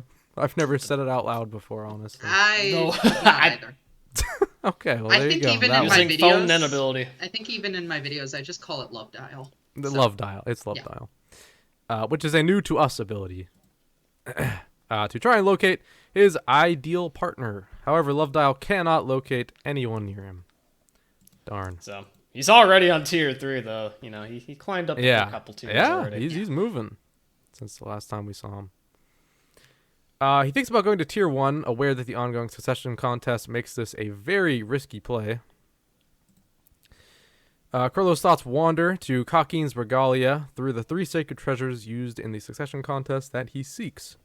He thinks about how the 3 treasures, being the greatest prize to steal, would undoubtedly satisfy the conditions required to upgrade Skill Hunter, giving him the power he needs to kill Hisoka for good, as he says.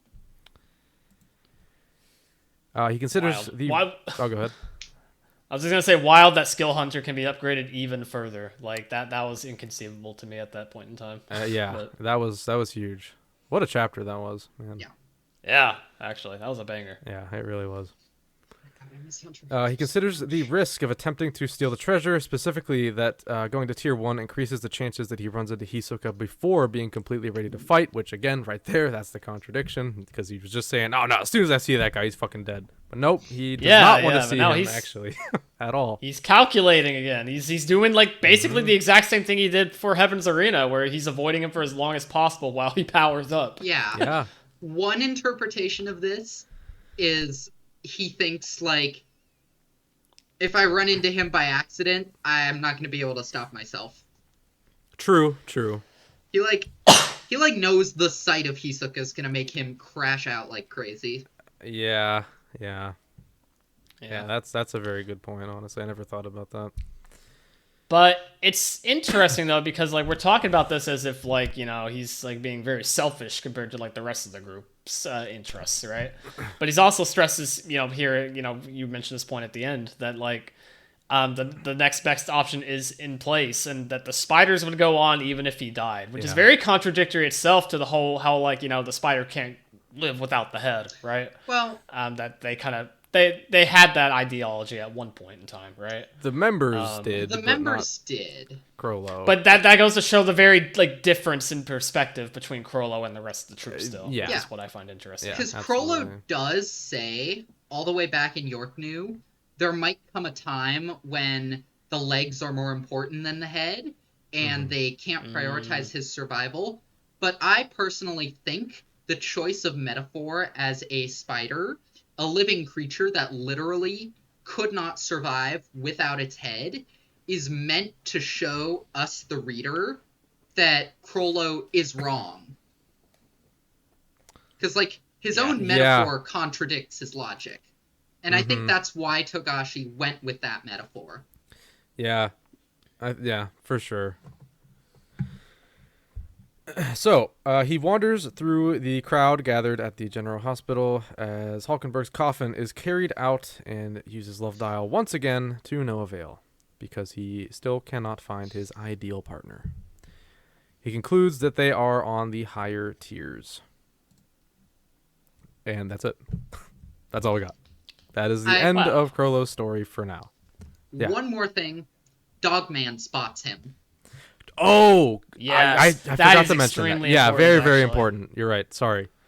Yeah. So Dog TLDR for that whole part of the Succession War. Basically, Morena. That was her name. I almost blanked on her for a second. She's looking for more people to join her, basically, and Dogman was sent to scout for her, and he spotted Chrollo. So you can see some implications there for their meeting. Well, Fair. I think the implication is Dogman spotted Chrollo and went, nope, not fucking with that. That could be one implication. Yes, Because- absolutely. Because Morena because we see that panel of Dogman approaching Chrollo, and then Morena describes it as like a meeting that's already happened, but didn't lead to anything, which just Right. implies to me that Dogman immediately turned around and was like, I gotta tell Morena about this and not mess with that. Mm-hmm. And even in that situation, though, it's curious to know that Moreno could be aware of Chrollo's presence in general, though. That could have some implications later down the line, potentially. Yeah, there's definitely a purpose to that happening. I just don't know what it is yet. Yeah, I'm in agreement. Yeah. I actually released a theory video about that a while ago, and then like 2 chapters later, we got Morena's backstory, and it proved the entire thing wrong. So like, I gotta try again. Yeah, redemption arc. That's fun. Yeah, so Chrollo basically is in a very interesting state right now. He's a whole new unpredictable man right now. We really do not know what is coming next for him. He wants to get these treasures to upgrade Skill Hunter and kill Hisoka. That is the 2-step plan to achieve his goal, but to get there is a much taller task than it sounds. Because, I mean, he has to do so much shit to even get to tier 1 at this point. I still wonder how Bonelinov actually got there. Because, I mean, they were... like, he got there so quickly. Like, holy, what did he do? Yeah. I mean, like, I guess his ability is good. Yeah, for, I like, guess he- kind of weaseling. Yeah. Actually, we do know this. He was sent up there by Henry. Henry Oh my god. Yeah. Shit. Sorry. Yeah, because he the whole was... Hisoka Oh my just god, got I'm his plot so line. stupid. I forgot about that entire plotline somehow. Yeah, he was Yeah. Hisoka. for Well, a okay, while.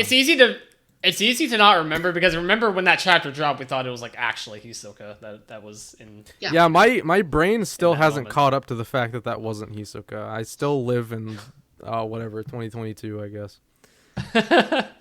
Yeah, it's that just blew my mind. Yeah, that was crazy. Especially because there were so many people theorizing that was the case, and I just completely no-selled it. Like, there's no way that's not Hisoka. The It has to be. the people who theorized that, I mean, I saw it a lot on Reddit. They got downvoted into oblivion. They got laughed out of the thread. Yeah. But Classic. look who's laughing now, I guess. Yeah. So yeah, anybody have any like broad things to say about Chrollo? Yeah.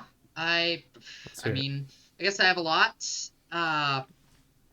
Like we already discussed, he is an actor, and I think he has been playing the role of he's been playing the role of a villain. From the very beginning, because he got so into playing the role of the villain, as you know, when they were dubbing the episodes, and after that he literally got a coat with an upside down cross on it. He started reading the Bible. He literally became the Antichrist. And also, correct me if I'm wrong, like he literally is the quote unquote Antichrist. Not Antichrist, but like Antichrist, because he's all about stealing, whereas Jesus was all about giving and whatnot. And he's got his apostles, and he's got the upside down cross, and he muses about religion, and he's even got his own book. But his book is not to share knowledge; it's to hoard knowledge.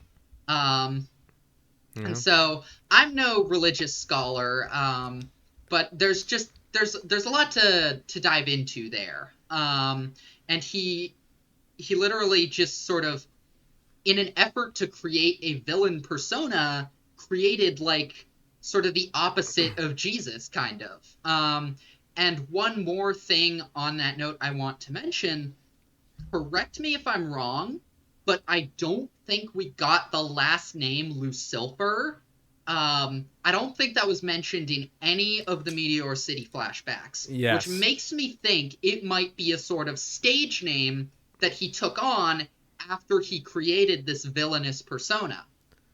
Yep, that's been a headcanon of mine for a while. I truly believe that that's not his real last name. That's as you said, it's a stage name. Yeah. I bet he doesn't even have a last name, to be honest. No, probably not. I doubt many of the people from Meteor City have a last name or know it, at least. I don't think any of the other troop members have a last name either that we know of. Actually, a lot of them do. Phaeton Porter. Do we? Yeah, Phaeton Porter. Shalnar Kryuse. Oh, I must have just erased them from my memory then. Oops. Sphinx McGub. Do we know? That's a weird one. Do we know any others? I mean, we know Cordopi and Shizuku and Benolenovs, but they're not from Meteor City as far as we know. Right. I know we don't know Uvos.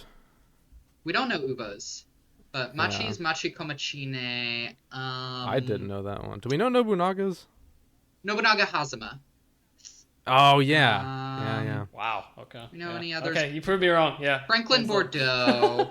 Sorry, I really like getting into this. No, you're good. You're good. I'm fascinated because I feel like I've never heard half of these, to be honest with you. Yeah, they do sound familiar to me. Don't know if we ever got Pakunoda's last name. I'm looking right now. We did not. But we didn't get Pakunoda's. Yeah, so he basically created a character to get lost in, and then in Yorknu, when I think it's Gon or Killua is like, "What's your deal, man? You don't make sense," with that scene of like him in the rain, and then he's like, "You're kind of right. I don't understand myself. Why do I act this way?" I think he got lost in the sauce. He took the bit too far. Yes. He committed to the bit so hard he doesn't know what life is without the bit anymore.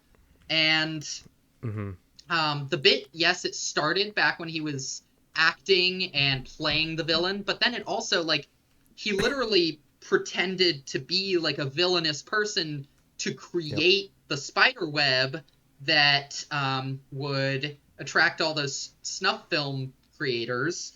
And then he got so lost in the bit, whoopsie, Kurtiklan massacre. Yeah. Something that me and Dylan have talked about in the past is the idea that he might have developed a split personality disorder. And for me, this spawned from the fact that Togashi has done this before. in Yu Yu Hakusho with Sensui, and the two of them aren't super similar, but there's enough similarities shared between the two of them where, many people say a lot of ideas in Yu Yu Hakusho are like prototypes for ideas in Hunter x Hunter.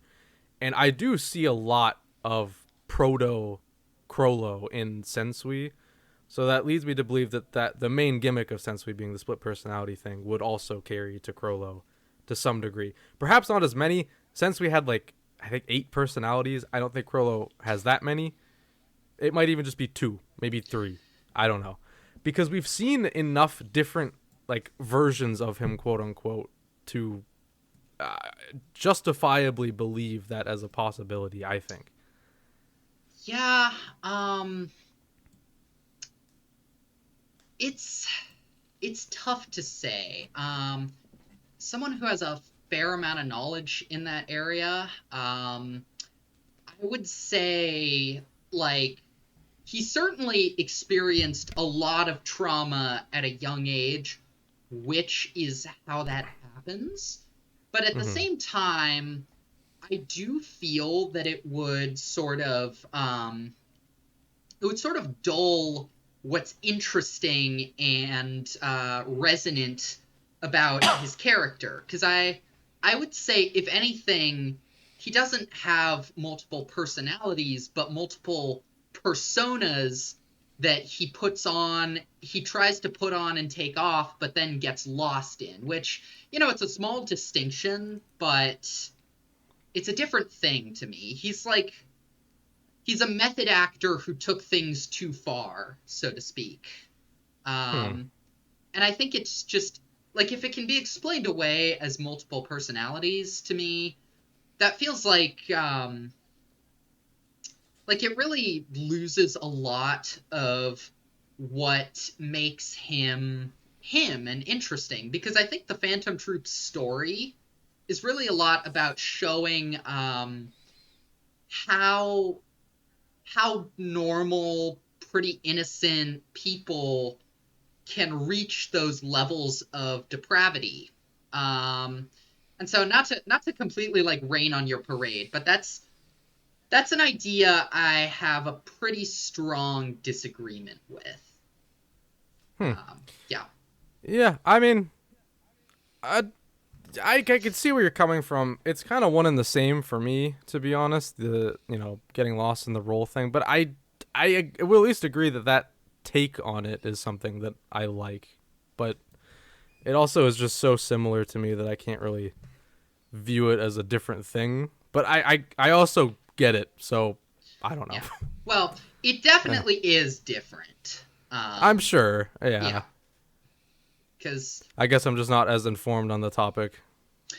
It's a doozy, man. It's a doozy. I'm sure. I believe it. Yeah.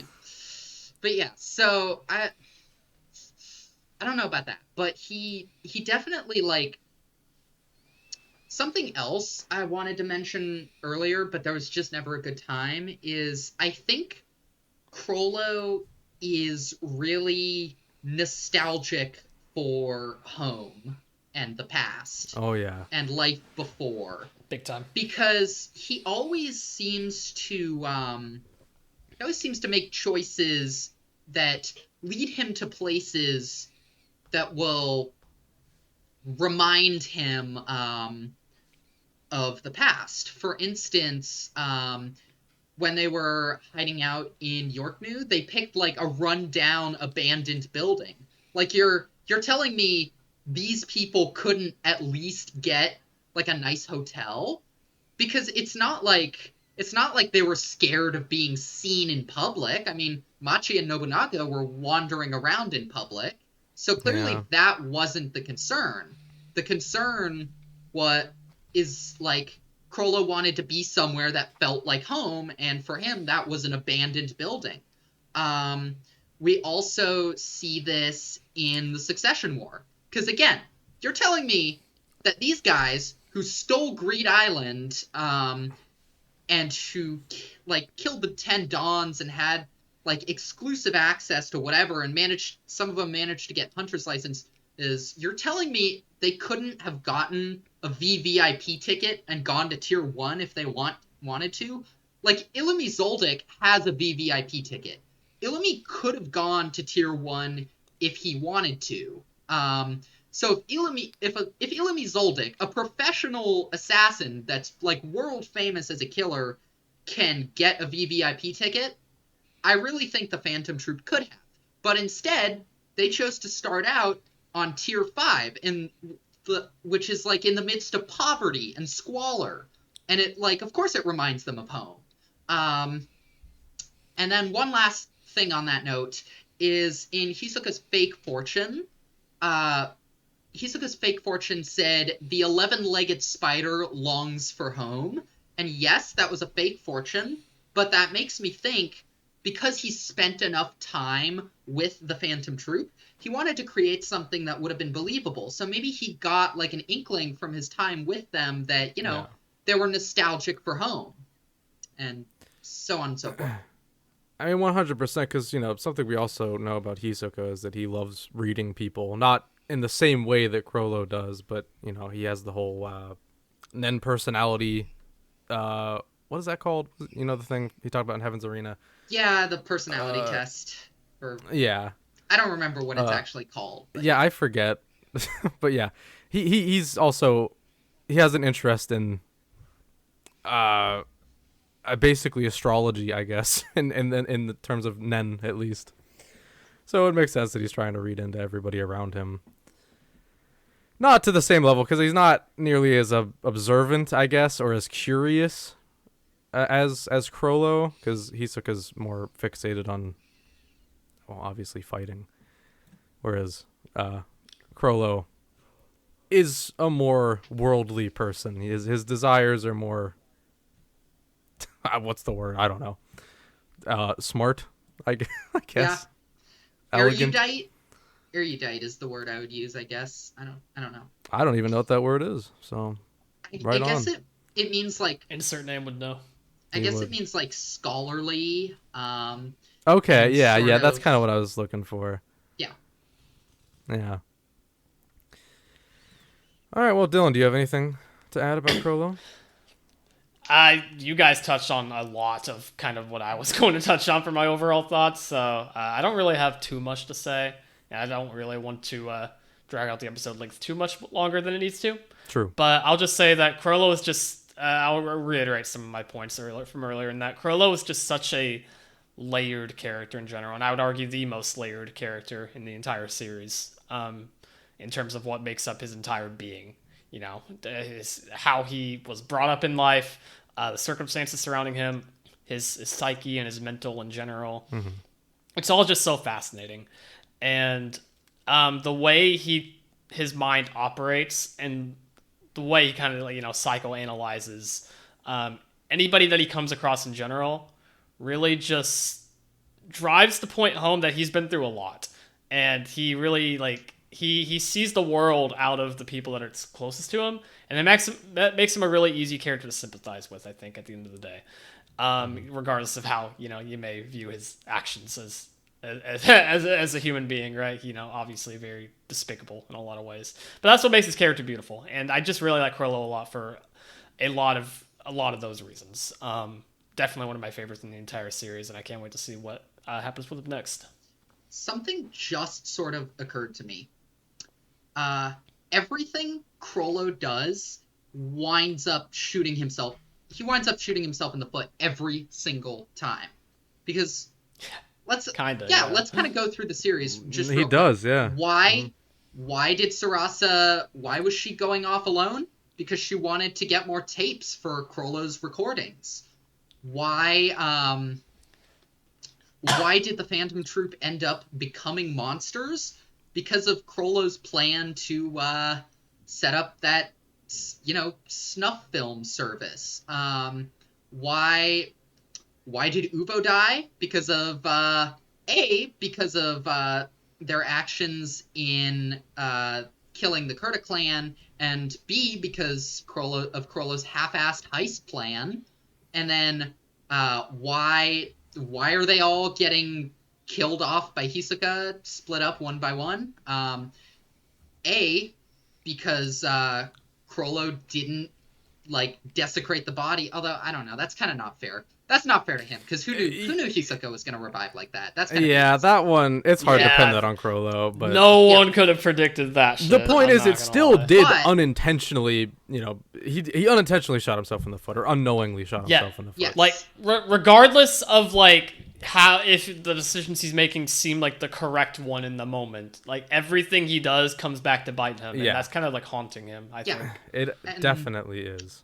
And a lot of that is linked to his own lack of self-confidence and self-importance. Yep. And we see That's this. something I wanted to Yep. touch on. Yeah. Yeah. Oh, then you can take that then. Okay. Yeah, so a lot we've talked in the past about Kurapika, obviously, and the Kurapika retrospective, and how he also has self-worth problems. And Chrollo obviously being the mirror or the foil to Kurapika, has the same kind of thing, but in a different context, I guess, because he is in a position of leadership. And even though we don't get to see his inner thoughts about the topic, I have to imagine... Well, actually, we kind of do get a little bit of his thoughts, at least recently in 406. I have to imagine he has to see himself as somewhat of a failure of a leader. Like, he's letting his people down time and time again.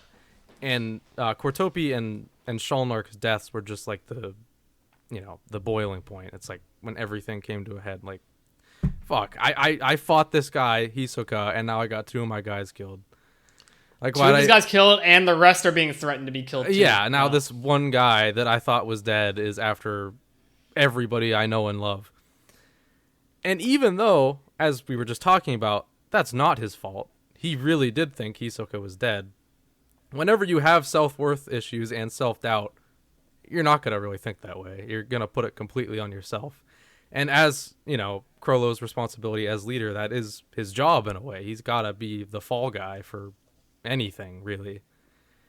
So, I mean, yeah, it's interesting to see him where he is now on the boat, where this is a Chrollo that all of that has been weighing on him for so long throughout so many things. We can even probably... this is something we have not gotten his thoughts on at all. I wish we did, about the Kurdo clan massacre, but I'm sure dating as far back as to that, and even before then, countless things have weighed on his mind of, times he's failed his friends, his family, times he's went too far, so on and so forth, whatever. Just general failures that at least things that he views as failures. And at this point where he is now, it's just so fascinating to see visibly everything he's ever done weighing on his mind and physically affecting him now. And this was I think it's just so cool. This was sort of true from day one, because one of the very first things he ever did was ask Uvo to be the leader of the troop. Yes. And yes. then they were all like, no, it's you. But he didn't believe in himself. Yeah. From that moment. And I just have to wonder if, like, when Uvo died, Chrollo thought this never would have happened if he was the leader. 100%. 1,000%. He definitely thought that. There's no doubt in my mind. And that's why Uvo's death being the first, it's actually not the first. It's the first we see, but him being the first and obviously the most impactful is just, it's genius writing from Togashi, first of all, because that is the one to kill. Even though at the time we didn't really know the full weight of his death, we could still feel it. And that is such a cool thing about Togashi's writing, man. You can feel so much from knowing so little.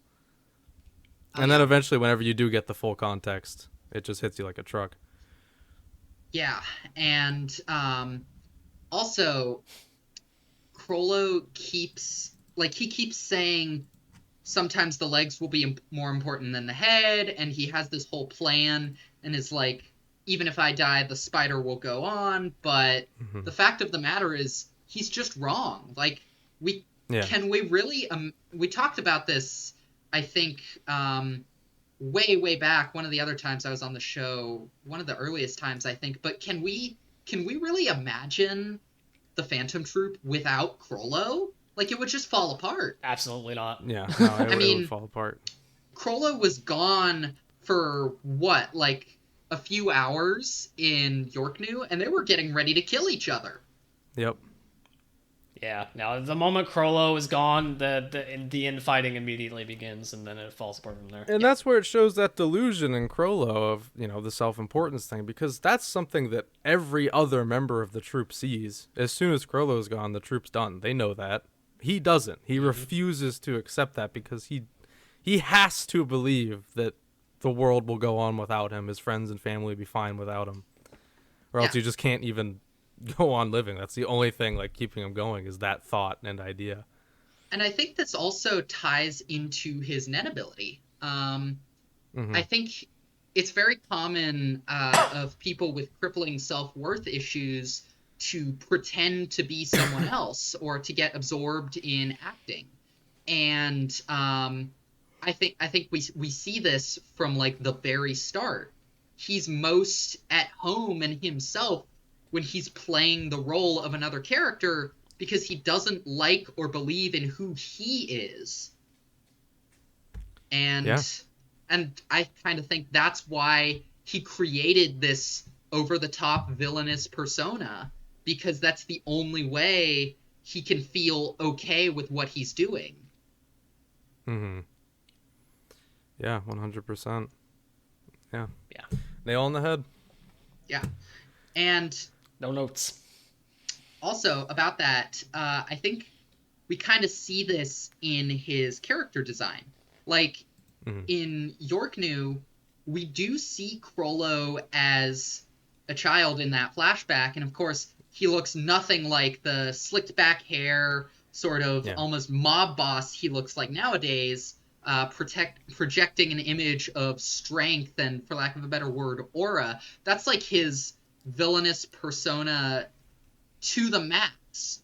But after Uvo dies, he changes up his outfit a bit. He dresses more simply. He lets his hair down a bit. He puts that bandage over his head. And we see in that he looks a lot more like, his child self. Because I think losing Uvo was a wake-up call that shocked him out of his villainous and detached persona and sort of sent him back to his childhood self of feeling the loss of Sarasa. And I think that's why even after the Heaven's Arena fight, between the Heaven's Arena and when we see him on the boat, he's so much more sunken-eyed and restrained, and he looks a lot more like his childhood self. So I feel like a lot of what we see is his persona, which was the only thing giving him the confidence to lead, falling apart, and we can see that in his character design. Yeah, and it's also he has the not the slick back hair, but the normal hair on the boat, but he wears the villain outfit. So it's kind of the two that we've seen are melding together at this point, or he's at least trying to be both his childhood self and the villain persona. Mm-hmm. He's probably just confused at this point. He's just all over the place. He can't pick a side. If I recall correctly, actually, when we see him initially on the boat talking to that guy, he's in a suit, I think, or something like it. And that's where he looks most like his childhood self. And then once the troop meets up and talks about killing Hisoka, that's when he puts the villain outfit back on. So so very good noticing. I don't know what to say, but you get what I mean. Very good noticing. Very good and noticing. honestly, attention to detail. That made it click more in my head what you were talking about the playing roles versus split personality thing. And I think I'm more on board, actually, now that I've thought about it for a couple more seconds. So, you won me over without even doing anything, so good job. Okay, I think we should get into community comments now. What do you guys think? Yep, totally ready. Yeah, I'm sure there's a lot to talk about there, so let's go ahead and dive in. All right. Okay, now it's time to read what you guys have to say about Chrollo. Usual reminder, if you want to get in on the fun discussing any given topic week to week, make sure you keep an eye out for the YouTube community posts, as well as the call-out posts on Twitter and Bluesky. And, of course, if you want to email us your thoughts, which, by the way, we do have an email to read today, so it's been a little while since we've had that. Yeah. If you want to email us your thoughts at any given point in time, make sure you can do so at hunterassociationpod@gmail.com. So, we actually have responses from every single platform to read through today. That might be a first. I actually don't remember. So, hooray to us if that is the case. Hooray to you guys for providing that. Thank you very much.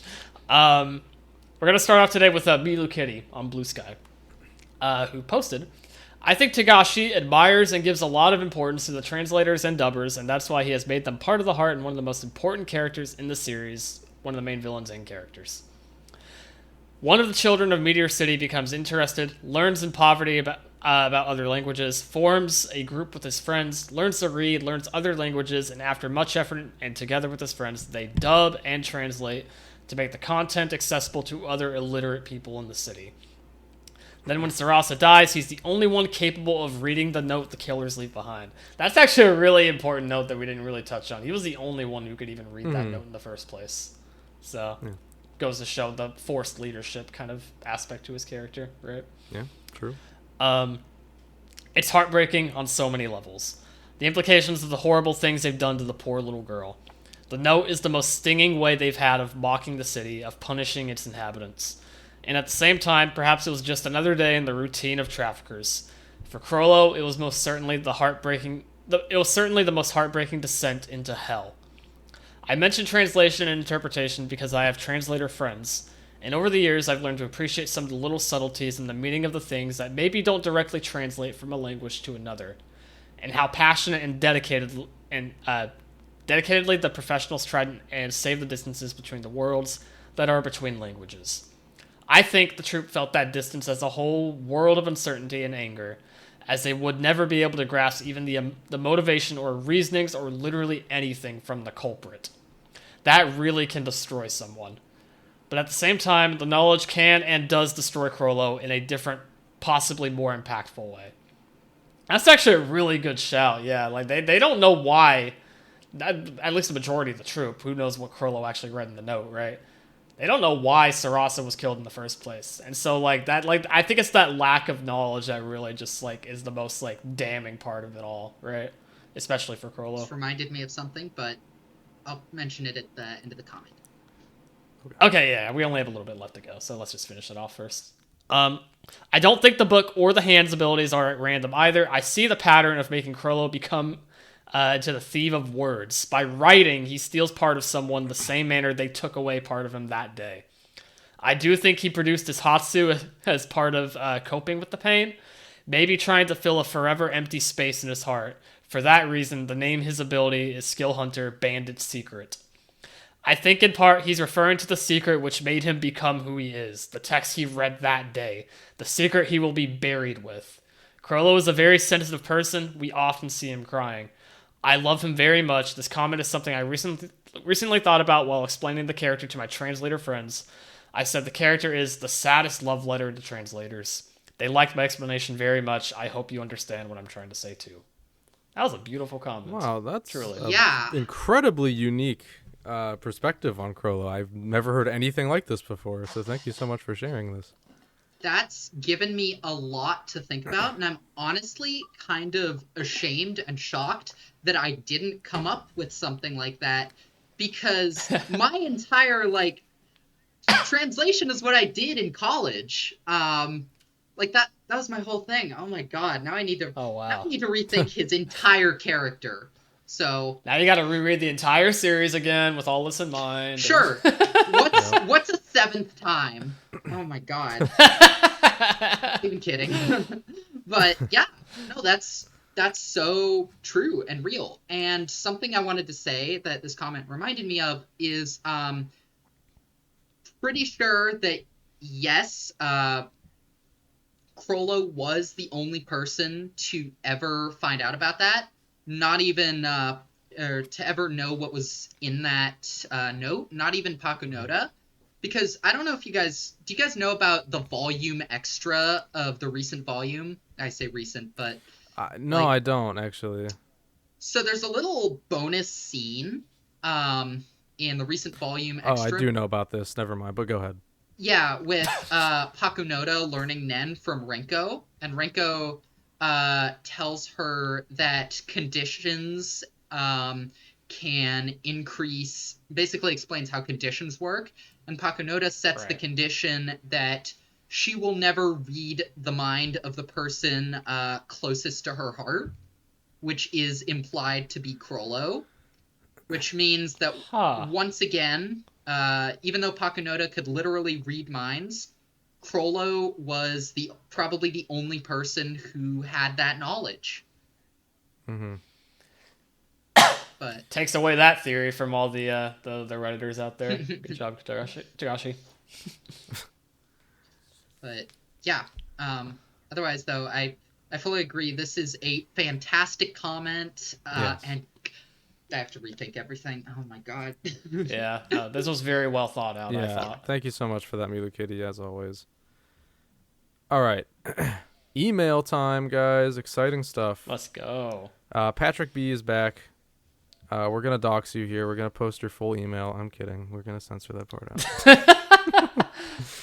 Don't worry. Do not worry. Email enjoyer sending in another comment. Chrollo Lucilfer is one of the most fascinating characters in the Hunter x Hunter universe.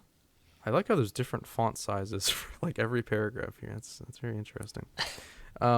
His dedication to his creation of the spider is admirable. He clearly cares so deeply about his tribe, as shown by the Requiem for Uvo, and the grief he feels over Cortopi and Shalmark. But devastatingly so, he lacks care for himself. Yeah. Which parallels Kurapika and his dynamics with his friends. Exactly. Putting himself in harm's way in order to get revenge on Hisoka. He is willing to die, and he has so much faith in the spider that it can't exist without him, but I think it's obvious that with each death, the troop as a whole takes a massive hit, and they become weaker as a result. And shown in the recent backstory, Chrollo holds this group together like super glue. Without him, there is no spider, and seeing him fooling himself in believing otherwise has been very interesting to witness in the current arc. Hey, that's what I was Have you talking been about. like sitting in on this recording with us? Yeah, I know, damn, right? bro. Like, that's exactly what we were talking about earlier. Yeah. And I think on that note, like, he makes all this effort to understand other people, and the tragedy of that is that he doesn't understand himself. Not at all, yeah. And he doesn't understand his own role within the spiders. And he doesn't understand, therefore, that they're all going to fall apart without him. Yep. He strives. He claims that humans are so very interesting, and like he has this entire like, he psychoanalyzes basically anybody he comes across. But like it's little things like that when you think about it that makes you realize like he truly doesn't really understand, the role of anybody in this world, or those that are close to him. It's fascinating stuff to think about. Like he knows so much, but he knows so little at the same time. Yeah, he knows a lot about individual people and what makes them tick, but he doesn't understand or foresee how those people then interact with each other in the world. Yes. And that's why I think he got outsmarted by Kurapika in Yorknu. Because maybe he understood Kurapika and Gon and Killua, but he didn't understand their relationship. Yeah. The only relationship he can even remotely have a semblance of understanding is that of the troops' relationships with one another. Yeah, and as we discussed... That's all he knows. As we discussed, he doesn't even understand that properly. No. He Yeah, exactly. misunderstands Yeah, it. that's just crumbs. Yeah, exactly. Yeah. Continuing with Patrick here, he says, to gush over the world building real quick, Chrollo, and by extension the Spider, make the world feel so alive as a faction that have their own goals, motivations, and backstories. Depending on what point of the story you're in, they can be viewed as antagonists or protagonists, similar to Hisoka. They are a third party to the story that sometimes oppose the protagonists and other times share goals with them. This is my favorite part of Togashi's world building. is the room he allows all the characters to exist in. 1 minute it's Kurapika's story, and the next it's Chrollo's. It truly feels like we're just spectating a living world with all the perspectives we're given. Totally agree. That's something I really admire about Hunter x Hunter. Mm-hmm. I could gush over Chrollo for so much longer. His design, build-up, first appearance, abilities, and the dynamics he shares with the troupe. Less is more with Chrollo. He is not in the story much compared to other characters, but there's still so much we don't know about him. Yet he still feels such a deep, such a deep and intriguing character because of it. I want to know so much more about him. It saddens me to think that this might be the final arc he appears in. I can't imagine how different the world will feel with such a heavy hitter taken out. He is honestly as perfect of a character as you can write within the story and world he is in. Thanks so much for the entertainment, guys. Keep up the great work. Cheers, Pat. Thank you so much, Thank you. Pat.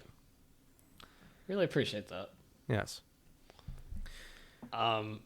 Yeah. No, don't remind me that this might be the final arc he's actually like in until he's offed. I don't want to think about that possibility. It's highly possible.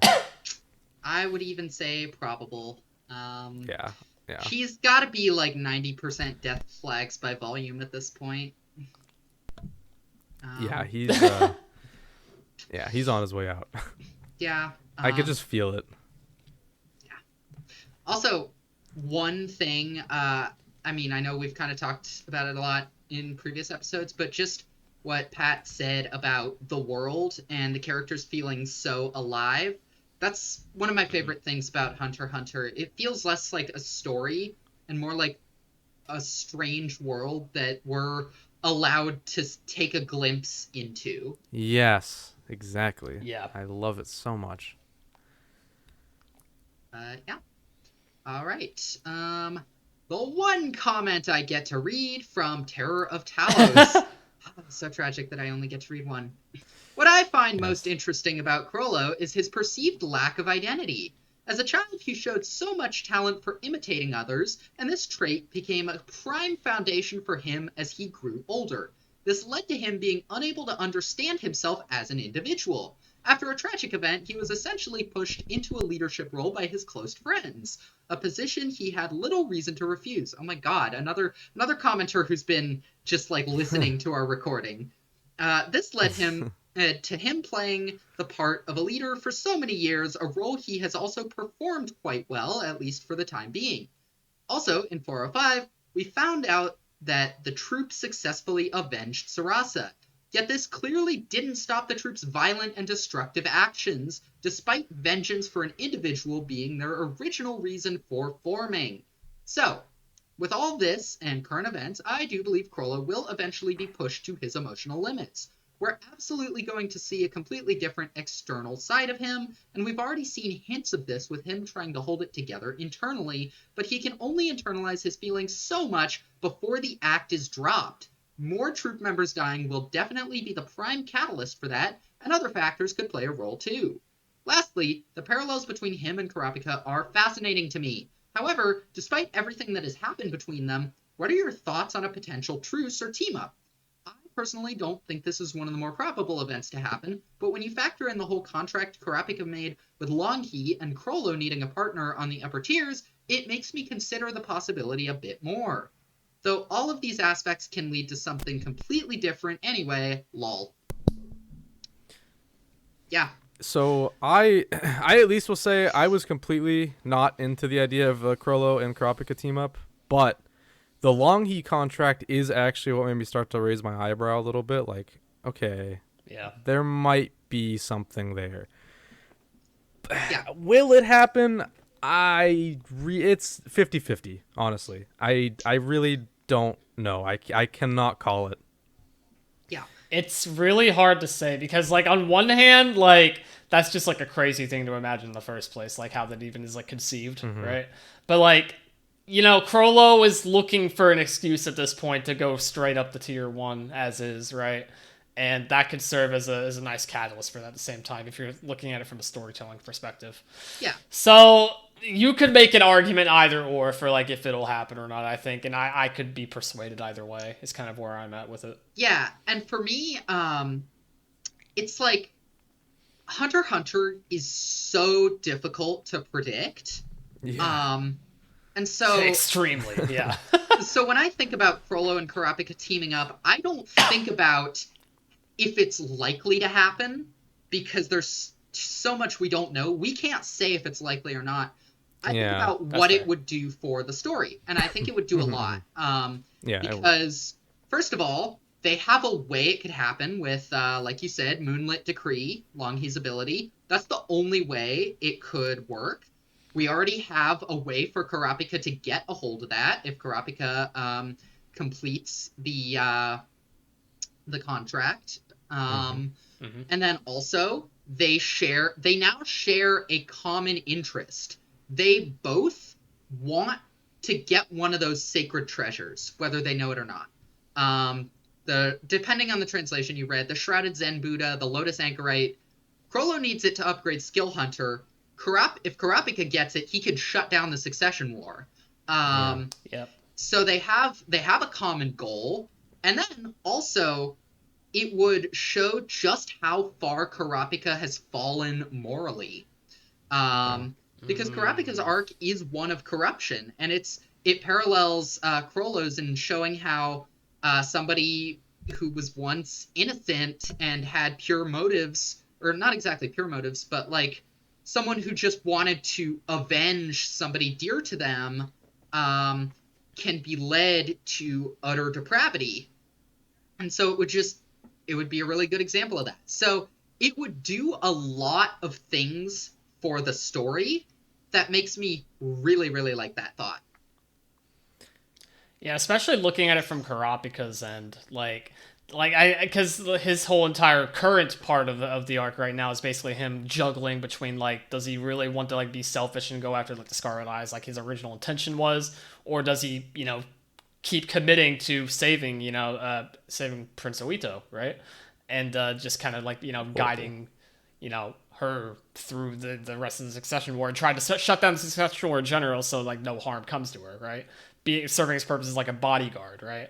And just having that, like, dilemma with his moral compass in general. I think adding Chrollo into that mix really helps drive that point home even further, while adding even more layers to that storytelling. And that, like, will you go as far as to, like, go back on, like, your entire purpose for living, basically, in order to achieve that goal and align your moral compass in that direction? It's a really interesting thought to me. And I think it would serve Chrollo and Kurapika stories really well if they were to go that route. Yeah, and there's another way it could go too. He might end up being put in a position where he has to choose between getting revenge on the Phantom Troupe or getting the last of the Scarlet Eyes. Yes. And it would show, like, does he care more about getting revenge for selfish reasons, or does he care more about honoring his people? And that, I think, is another really interesting dilemma to put him in. I think there will be a third thing added to the mix too. It's just, continuing to protect or even just outright save Wobble in some instance on the boat where this three-way decision has to happen. Because this is also clearly a thing that's been weighing on Kurapika's mind this whole time. We're building to something with the whole Wobble thing, where this will be a something that the wording that's coming to mind is holding him back, but that's not the way to say it. It's more like just another thing to juggle in his mind, which is already incredibly busy with the million things he's doing on this ship right now and having to think about. It's like, is he going to be stuck in the past with Chrollo and the Scarlet Eyes?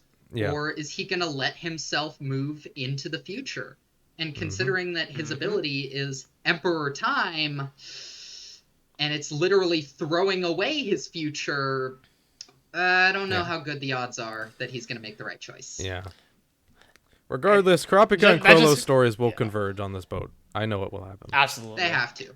Thinking about literally anything involving those two characters, you can drive a parallel, but to the other, right? So I think it feels like, in a way, they're kind of almost destined to meet on the boat. But they will. Again, it's Hunter x Hunter, so it's hard to say. Yeah. I would be shocked if they don't.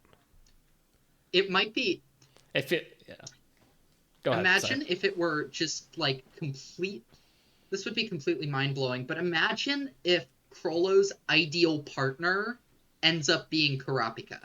We've Yeah, we talked don't- about this actually. Yeah. Back when Yeah. that chapter came out. Yeah, it's highly possible. Because, like, Hisoka revived by restarting his heart. Guess who has an ability that goes right for the heart no matter what? Interesting. Like, if there's a That's- sure way to kill Hisoka, it's gotta be Judgment Chain. Yeah, Chrollo with Judgment Chain is actually like a scary thought that I didn't even realize like could. it's okay, wow, yeah, and I mean it's suicide, but I don't think Chrollo I really gives it a is shit. suicide. Yeah, I mean, if it serves the purpose, right? Yeah. And he said himself, the spiders will live on without me, right? You know. Yeah, that's So- good. I hadn't thought about that aspect of it. Interesting. Very Ooh. Okay, well. much to think probably- about after this episode. Yeah, much to think about for sure. But going back to Terror of Talos, though, like very, very excellent. Yes, comment. thank you. Gave us a lot to think about there. All right, so it's my turn now, and we're going over to YouTube. First off, we are starting off the YouTube section with Camgar saying, I see Chrollo as a black hole of values. He is a complex character just like his ability. I love how he lives through others when using their abilities. There is a void in him, and I think that his charisma comes from that void. He does not lead for ideology. He leads only for the bond, for the family, a bond of which is thinner than water and yet thicker than blood. True. Well put. True. Very true. I like that line a lot. I forgot. Yeah. I forget about that every so often, but yeah, very true. Yeah, I'm not sure if I would describe the bonds between him and the troop members like that, because that's how they describe the bond between Meteor City's inhabitants. I don't know. It's Okay. Although, actually, I think it does work. I think it's got like a double meaning here.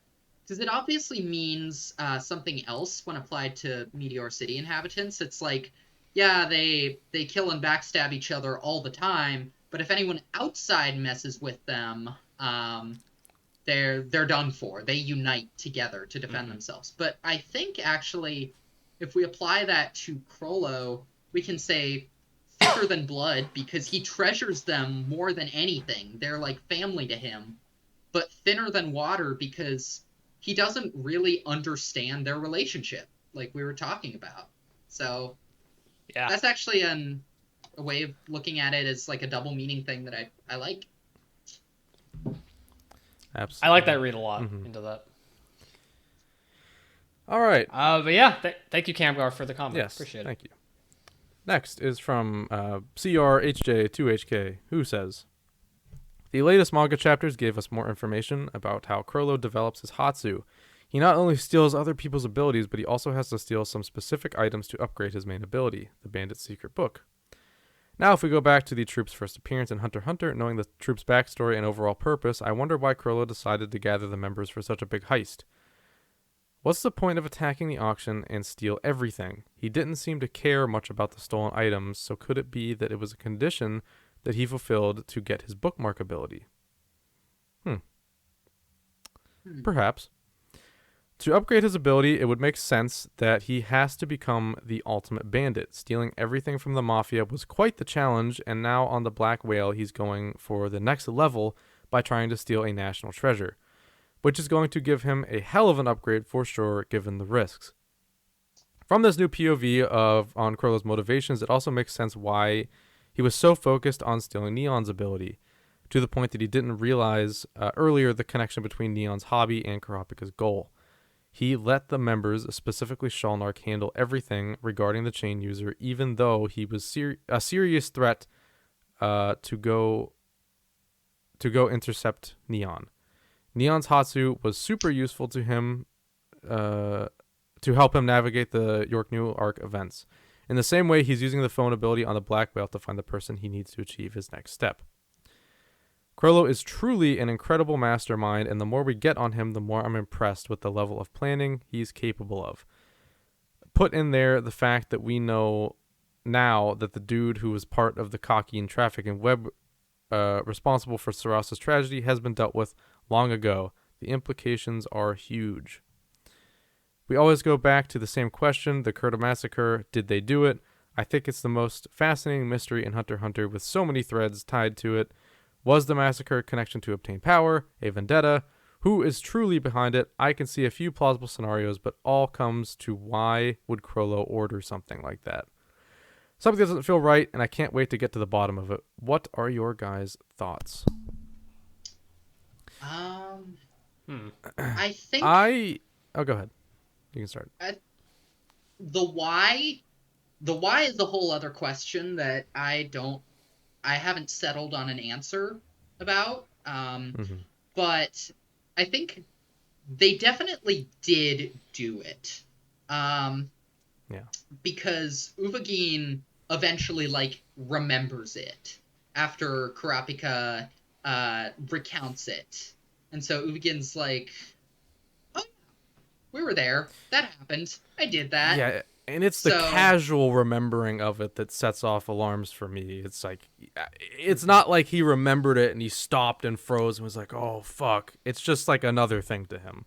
So, yeah, they did it, and it was just another job for them also. Yeah. But the why, who knows? I mean, I think, it could have been a condition for Bandit's secret, but that feels like way beyond the scope of like a first upgrade condition. But yeah, and what especially because right now the upgrade condition is steal something, because it's about stealing and thievery. It's not commit genocide, that just yeah it's totally out of the ballpark of the ability. Maybe it was the condition to upgrade somebody else's ability, I guess. I doubt it. I mean, I have some thoughts, because when the Phantom Troupe flashback starts with somebody saying like, oh, the Hail Lee family want to destroy the world, and Nobunaga thinking, well, once upon a time, so did we. And something I've been thinking about is, what if in the course of like all the things they had to watch when they were looking for Saras's tape, they just saw so much horrible stuff that they just became disillusioned with the world and were like, let's just destroy everything. Let's just spread terror and chaos and be evil because this world is horrible and everyone deserves to die, yada yada. I mean, that's a common sort of response to that kind of like horrible thing happening, and then to expose themselves over and over to essentially gore videos. It could have just infected them with this horrible nihilism that they then grew out of after staining their souls beyond all belief, 100%.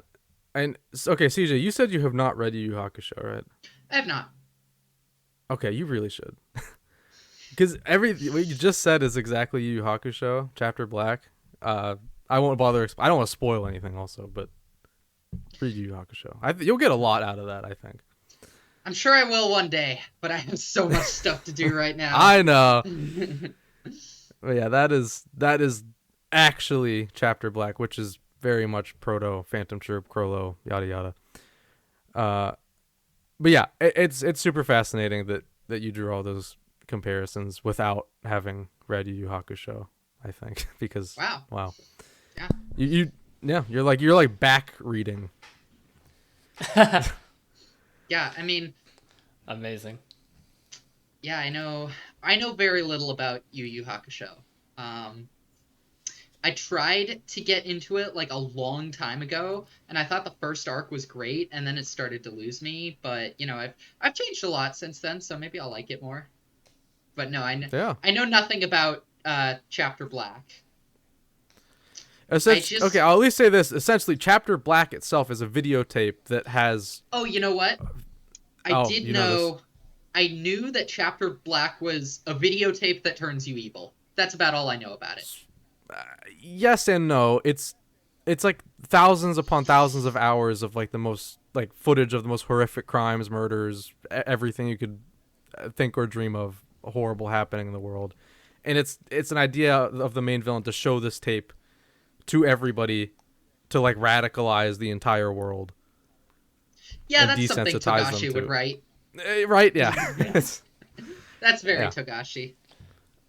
It's very in character. It's very good though. I love Yu Hakusho. All right. Moving on to the next comment. We have from Edokawa saying, "Can't wait to see how his ability will evolve. Chapter 406 made him 1,000% more interesting for me, as I'm sure for a lot of other people as well. I think 406 really just it outlined his vision basically going forward, and I think it really like flips on its head like how you want to like." How it made a lot of people really intrigued to see what Chrollo does next. I think is the best way to put it, right? Yeah, it added a lot to him for sure. Yeah. Mm-hmm. Layers, as I like to keep referencing. Yes. Yeah, he looks like an onion. He looks so unbelievably screwed, and I just, but I want to see what he's doing. Yeah. I don't know. Maybe he'll surprise me. It's the old saying, things are often chopped and cooked before they are served and ate. This is true. This is true. Very true, yeah. Okay, next comes from Lee Berkson, who says, he did always seem like playing a villain in his performances. Oh, seemed to like, my bad. Botched that. Now, it has been a while since I last read the flashback, but if I remember correctly, he actively chose to play the villain in real life as well later on.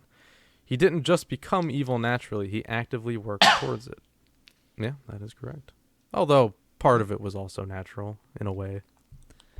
In a way, yeah. It's perspective, right? Yeah. Sorry, I'm looking around to make sure that these people aren't like in the room with me because I was just so loud. No, just because no.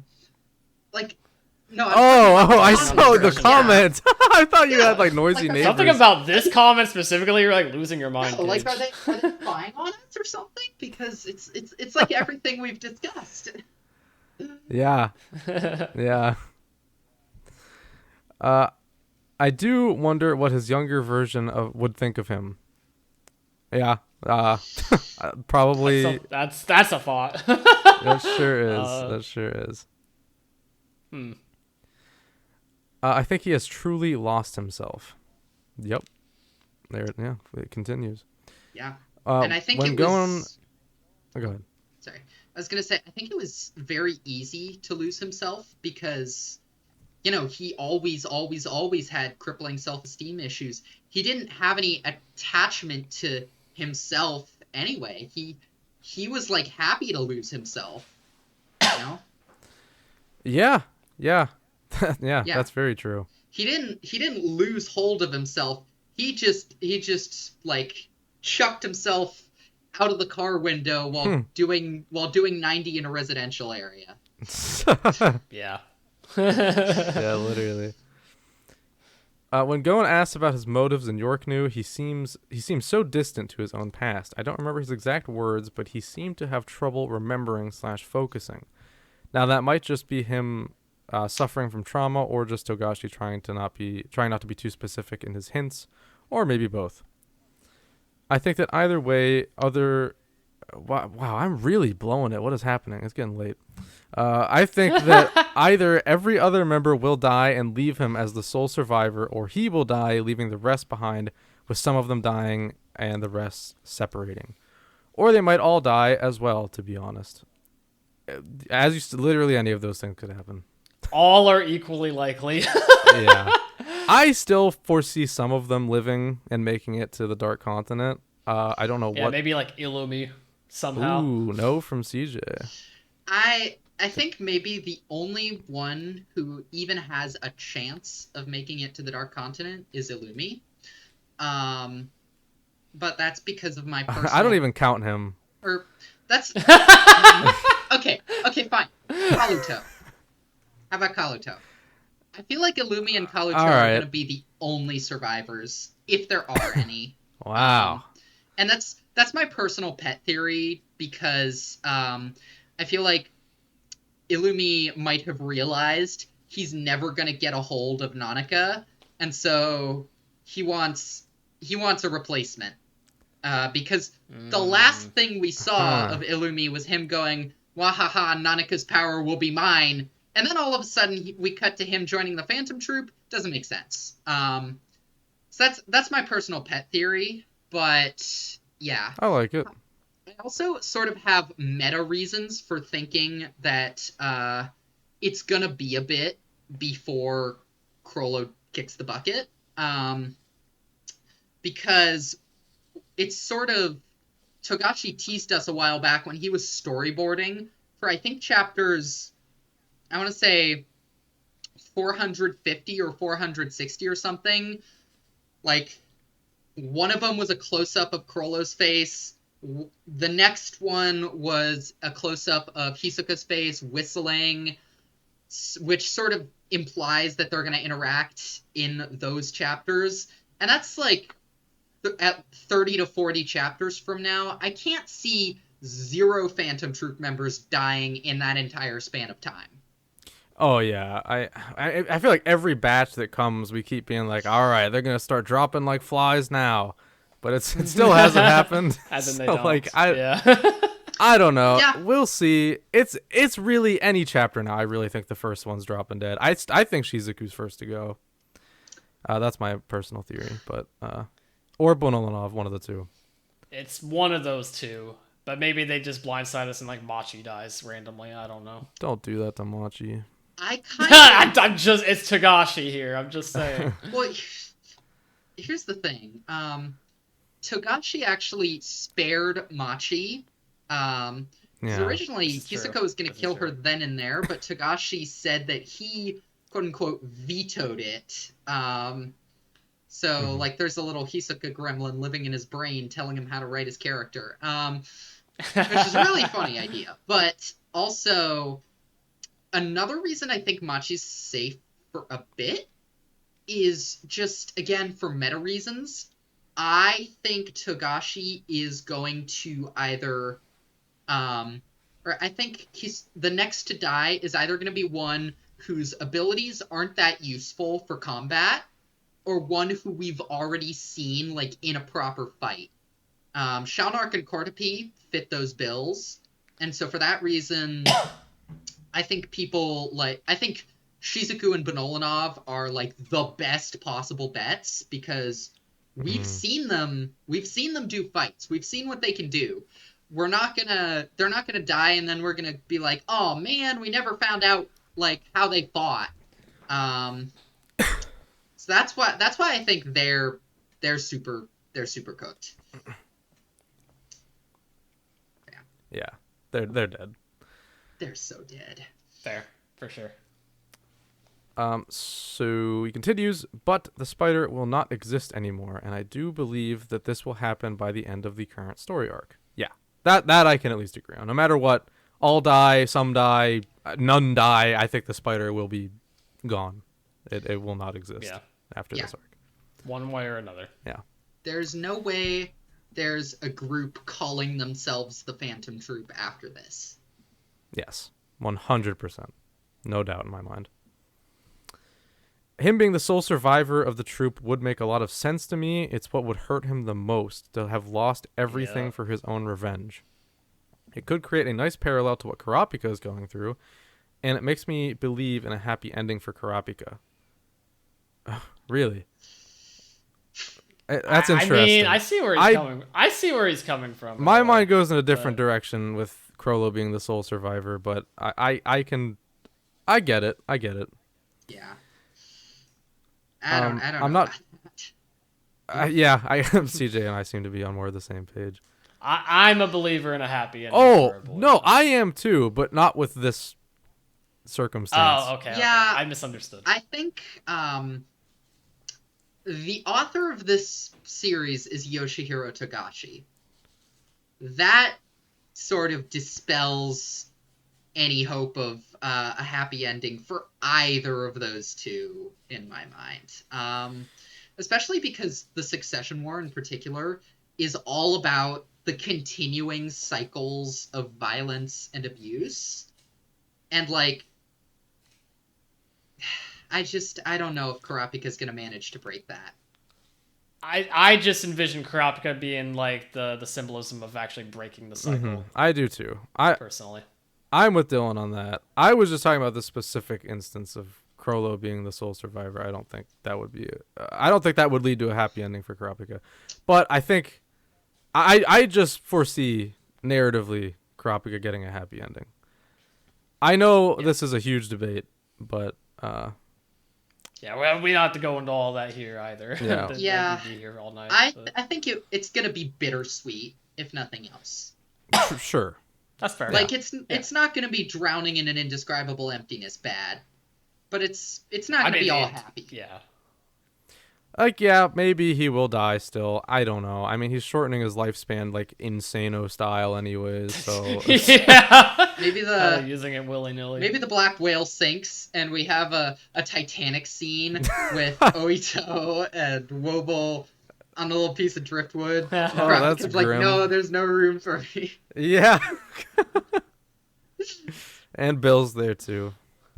And Bill, yeah, Bill's on the my piece God. of plywood. Oh my God. No, Bill. He also says Bill's on another piece of wood, and Bill's like, "Hey, Kurapika, there's room over here." And Kurapika's like, "No, there's no room. There's no room. Yeah. I have to sacrifice myself." And Bill's work. like, "No, Kurapika, seriously, there's room. Come on." Yeah. So he also says, "I'm not sure if this makes any sense with my wording. My English skills aren't the best. Sorry." It made perfect sense. Thank you. Yeah, it was great actually. comment. I genuinely dislike him, or rather what he made himself become. I won't feel sorry for him, but his ending will likely make me cry anyway. Very well put. Yeah. He says, "Thanks for your videos, by the way. I haven't been watching all of them because I plan to watch Hunter x Hunter 1999 another time, but I really appreciate you guys doing your part in keeping the community alive." Aw, thank you. Aw. We try. Thank you. Yeah. No worries at all. Also, we get it. 99. The 99 series is for a very specific subset of people. So yeah, we knew, we went into that knowing that not everybody would want to watch that. Yeah, thank you for the comment. Really appreciate it. Thank you. And then finally, last comment we'll be reading tonight is from Viral Uno. It's been a bit since we've heard from you, I believe. Welcome back.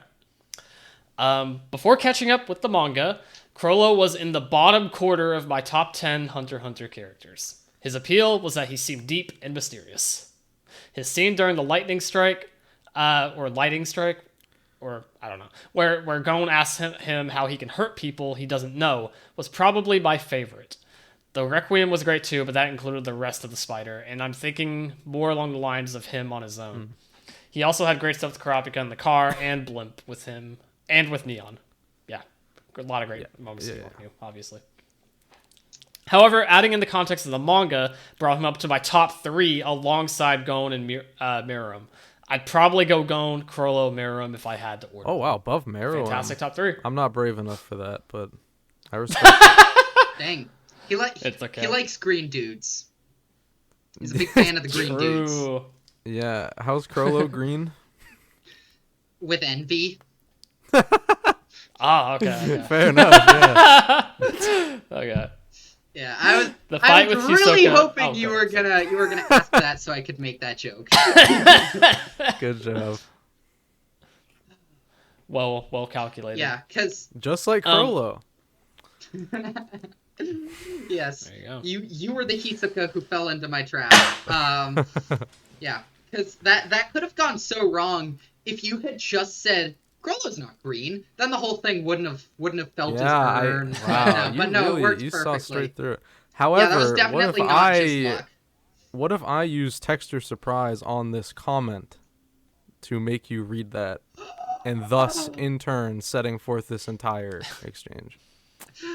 That's true, because I can't actually read the comment because my phone screen is tiny. Oh. Or I mind-controlled Dylan to read that even though it wasn't on the paper. Just like Chrollo. Which happened, it's up to you. Oh yeah, you used Black Voice. That's right. Just like Chrollo cannot truly understand the relationships between the troop members, I cannot truly read what's on my tiny phone screen. Okay, we're really stretching it now. Yes, we are. Yeah, okay. Let's move Stretching on. it like bungee gum. Ooh. Anyways.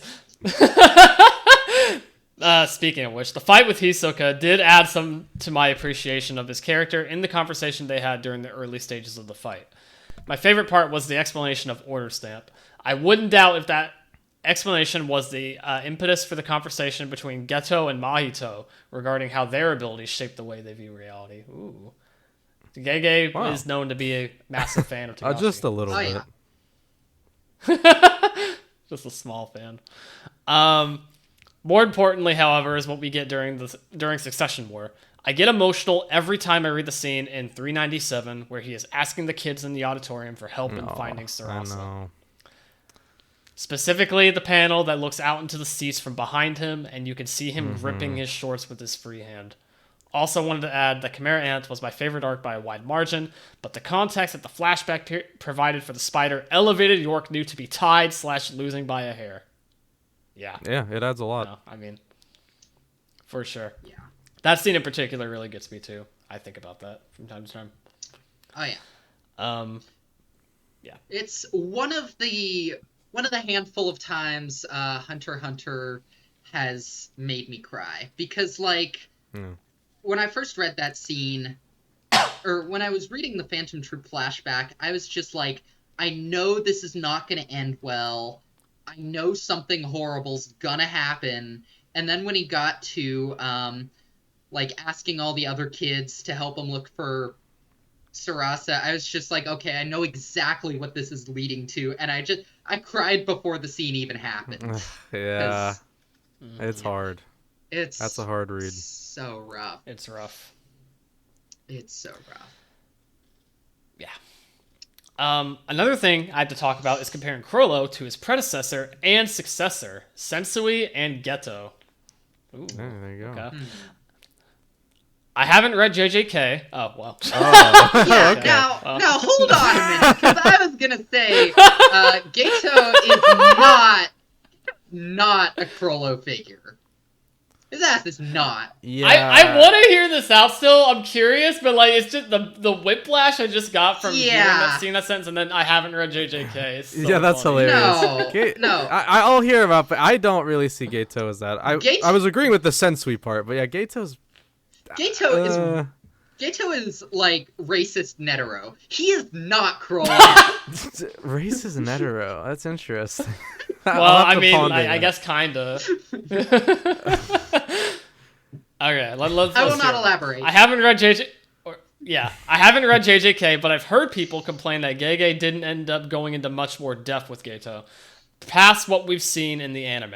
If that is the case, he probably comes in third for me, even though I really loved what we got from him during Hidden Inventory. Oh, so you watched it. Oh, so you're saying you watch... Okay, you watched JJK, but you haven't read it. Well, okay, I mean... Sorry, you've seen all of Geto then, my friend, so you're good, but... Yeah, not to spoil anything, but, you've basically seen all of him, yeah. I'd put Chrollo second only because we haven't seen how his story ends. I have faith it'll be fulfilling, though, so I expect he'll be my number one once we get more. In regards to Sensui, I wish we had gotten more from him leading up to his encounter with Yusuke and the gang, but for now he's in first for me. I know his group were mainly tools for him, unlike Chrollo, but it still would have been nice to see a bit more of what Shinobu felt after... I don't know any of these names. This is so funny. Hey, I do. See a bit more in what Shinobu felt about Minoru manipulating each of the others to join his side, as well as more scenes of Shinobu's thoughts/feelings in regards to what the other six were doing. Hopefully I was vague enough with this part so as to not spoil Dylan in case he ever decides to read and watch. I have no idea what you're talking about, so you did a good job. Yeah, I'd imagine that is absolute nonsense to anybody who doesn't know Yu Yu Hakusho. I got it, though. It's one ear out the other for me, so don't I'm worry. with you, bro. I'll get around to it eventually. It's and peak. I won't remember a single thing.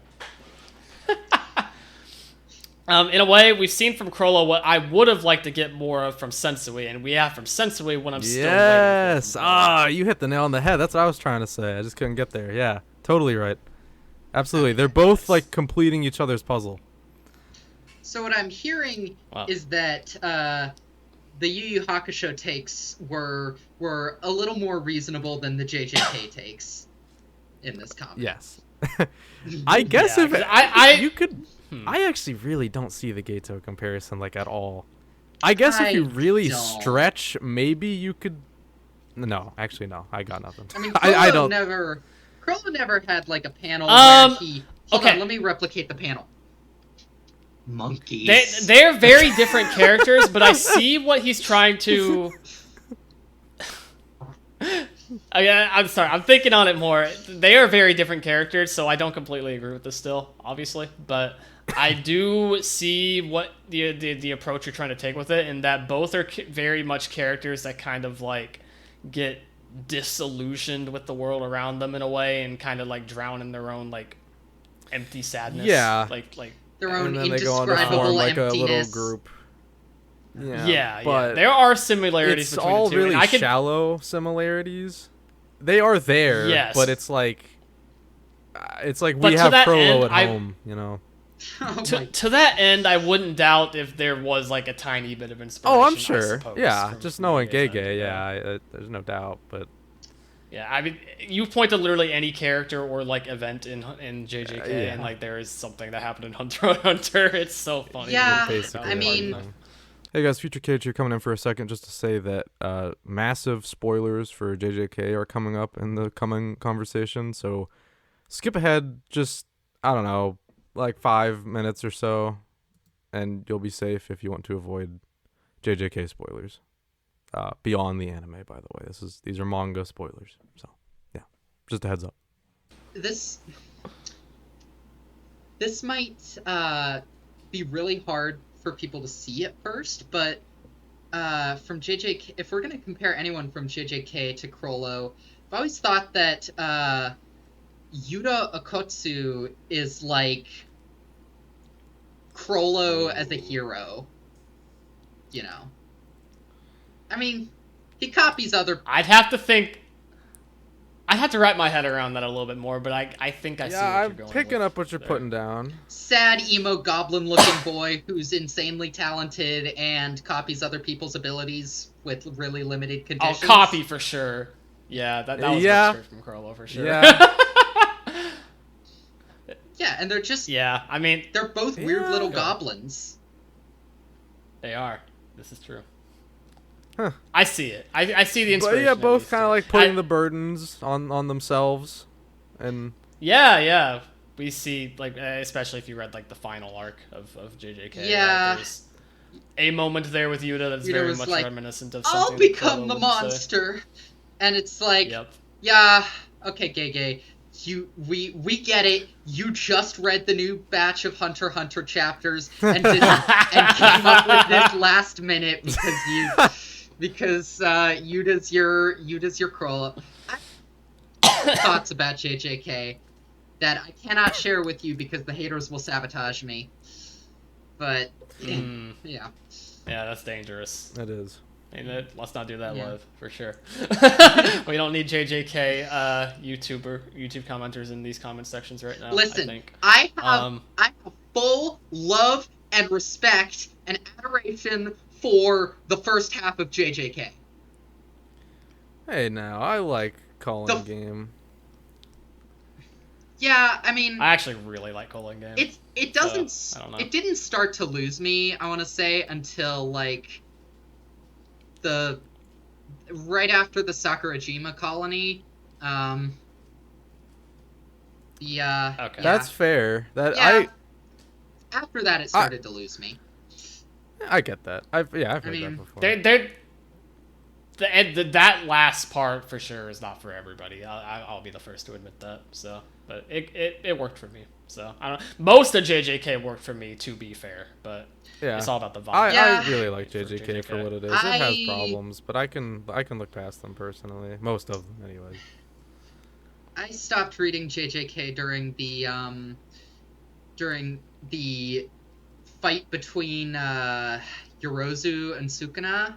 And then I caught up again when I heard that Gojo and... So you stopped right before the best part. Well, yeah, I caught up again when I heard that Gojo and Sukuna were throwing down. I was like, I can't miss this.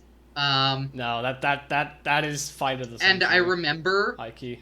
I got the news that Gojo fucking died in the middle of training for my new job.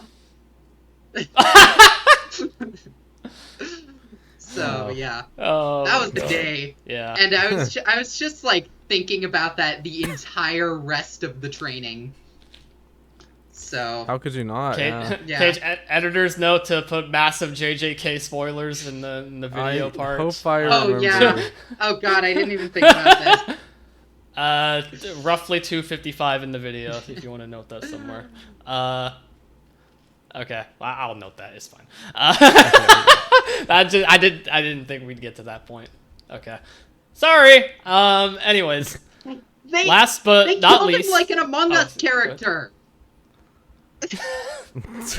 He had an Among Us. Listen, it's hard to like rationalize this thought, but like there are some people that probably don't know that he's dead. So yeah, there's a few out there.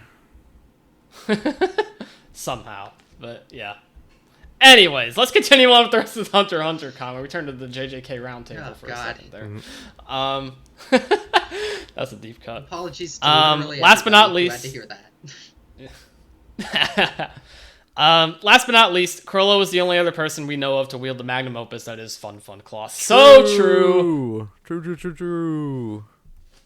Truth, dude. Amon. Amon.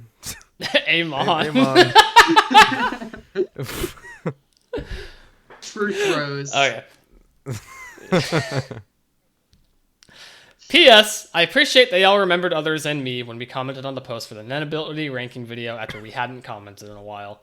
In my case, I haven't watched the 99 version. I do have y'all's uploads on in the background, though. Oh, thank you. So I haven't commented on those. On the character retrospective post, I sometimes find it hard to come up with something substantive to say, or just don't really have much to say about them. This post took me somewhere around 2 to 3 hours to write. We appreciate the effort, genuinely. It's not easy, for sure. I've always been slow with essays. Huge props to those who make big responses week to week. Looking at you, insert name. I'm sure y'all also appreciate the small responses, so I'll try and leave something on the post, even if I don't have much to say. Thank you very much. Thank you. Even the consideration means the world, truly. Yeah, so that is very sweet. That. Absolutely. Thank you. Yeah. Any form of support is support at the end of the day, right? So, thank you. Thank you. But yeah, that actually does it for community comments. Yeah, insert name. What's up? What's up? Where you at? Yeah, whoa, yeah. When was the last time you didn't leave a comment, man? He just commented on my YouTube video, so I know he's out there. He skipped. Wow. Maybe Dylan did something to piss him off. Wait, Dylan, yeah, what did you do? What did I do? I'm asking the same question here. Anyways, I'll give the reminder again before we wrap up here. If you want to get in on these discussions week to week, make sure you keep an eye out for the YouTube community posts, as well as a call-out post on Twitter and Bluesky. And, of course, you can always email us your thoughts at hunterassociationpod@gmail.com. Absolutely. And with that, this has been the Hunter Association. Thank you so much for listening. We are available on all major podcasting platforms, as well as YouTube for the video version, where you can see CJ's crusty webcam. My crusty webcam, my crusty room, my crusty Mihawk poster, my crusty everything, man. I thought that Mihawk poster was a huge spider several times when I glanced down. I was like, holy shit, CJ, watch out. Yeah, the angle is not great. I'm not in Australia yet. Oh, yet? Oh, yeah, I'm moving to Australia in January. Oh, really? Wow, congrats. Yeah. Thank you. Sick. Woo, okay. Nursing school, yippee. Nice. Wish you well in that. Absolutely. Thank you. Oh, that'll be a much harder time zone to work with, though. Damn. That's okay. My sleep schedule is always has been and always will be fucked. All right, Okay, perfect. wow. Silver Yeah. lining there. Like, I stay up till 4 a.m. because, like, I talk to someone who lives in Scotland a lot, so, you know. Okay, Ah, right on, okay, right that on. tracks. Okay, be sure to follow, rate, review, and comment on Spotify and Apple Podcasts. If you're watching on YouTube, make sure to like, comment, and subscribe. You can also follow us on Twitter at TXHXAPod, as well as Bluesky at THAPod for updates on the show, and as an alternative way to submit responses to the weekly call-out posts. As always, we'll be here at the same time every week talking about Hunter x Hunter. CJ, thank you so much for coming on once again. Always a pleasure to have you on. Where can people find you online? Yeah. Thank you so much. Always a pleasure to be here. And especially thank you right now because, again, thanks to my janky setup and everything breaking all at once, this is literally the only way I can put out Hunter x Hunter content on YouTube right now. Literally the only way until I get that YouTube account back in like a couple days. So, yeah, again, you can find me on YouTube eventually, once I get all that stuff fixed. Apologies to everybody who's probably wondering where the heck I am, particularly my members, because normally, like, I post some random thought every day, and it's just been radio silence for a long time. I literally don't have access to the account right now. But yeah, I will be back in hopefully a few days with another video. And yeah, again, thank you guys so much for bringing me on. This is the most fun I have. Truly, Aww. genuinely, like talking with you guys and being on your show is genuinely like, it's my favorite way to make content. I enjoy it more than the stuff I do on my own channel, just because it feels so awesome to have like other people I can talk about this with. Sorry, I'm rambling, but love you guys. Thank you so much for having me on again. Aw, thank you so much, CJ. We love having you on. We appreciate that so much. Yeah. And that's kind of the vision we really had, setting off with the podcast in the first place. So yeah. That means a lot for sure. Thank you. Always happy to come back. Amazing. Obviously, you'll be on again in the future. Thank you. You're our most featured guest now, so, And for good reason. Oh, that means so much to me. Thank you, guys. Of course. No problem. All right, Dylan, how about you? You can find me online at DJ Tengen. That's DJTENGEN on Twitter and Bluesky. Sorry for all the Bluesky peeps out there. I haven't been posting there very often. I noticed. Yeah, sorry. Maybe I'll try and wrap back around to double posting or something. But I'm actually going to a One Piece card game regional tournament tomorrow. So, by the time this video is up, by the time this video is up, or the episode is up, I'll already have, gone and competed and, did all that. But if you want to follow, what my results were for that and just see me tweet about the One Piece card game in general, because that's been my hyper fixation as of the past, like, half year, at least. You can check out my Twitter. I post there regularly about the game. Good luck. Wipe the floor with them. Thank you. He will. I will try. He's winning. Yeah, Kaige had a premonition. I did. Yeah, he foresaw the getting a good placement. Yep, it's happening. Just you wait. All right, and you can find me on Bluesky and YouTube at Manga Kaige. I talk about manga. Shonen Jump every Monday. Bluesky posts every month. Maybe. Every month. If I remember. Hey, the end of the year is coming along. Oh, yeah. You gotta be there for the Kaige, or formerly the Kaige 10 Manga Awards, Kaige right? Awards now, yeah. Watch out. Yeah. All right, that's all we got this week. Next week, we will be talking about Hunter x Hunter 1999, episodes 46 through 48. We're not actually getting into York New, technically. We got the Whale Island revisit first, but then York New.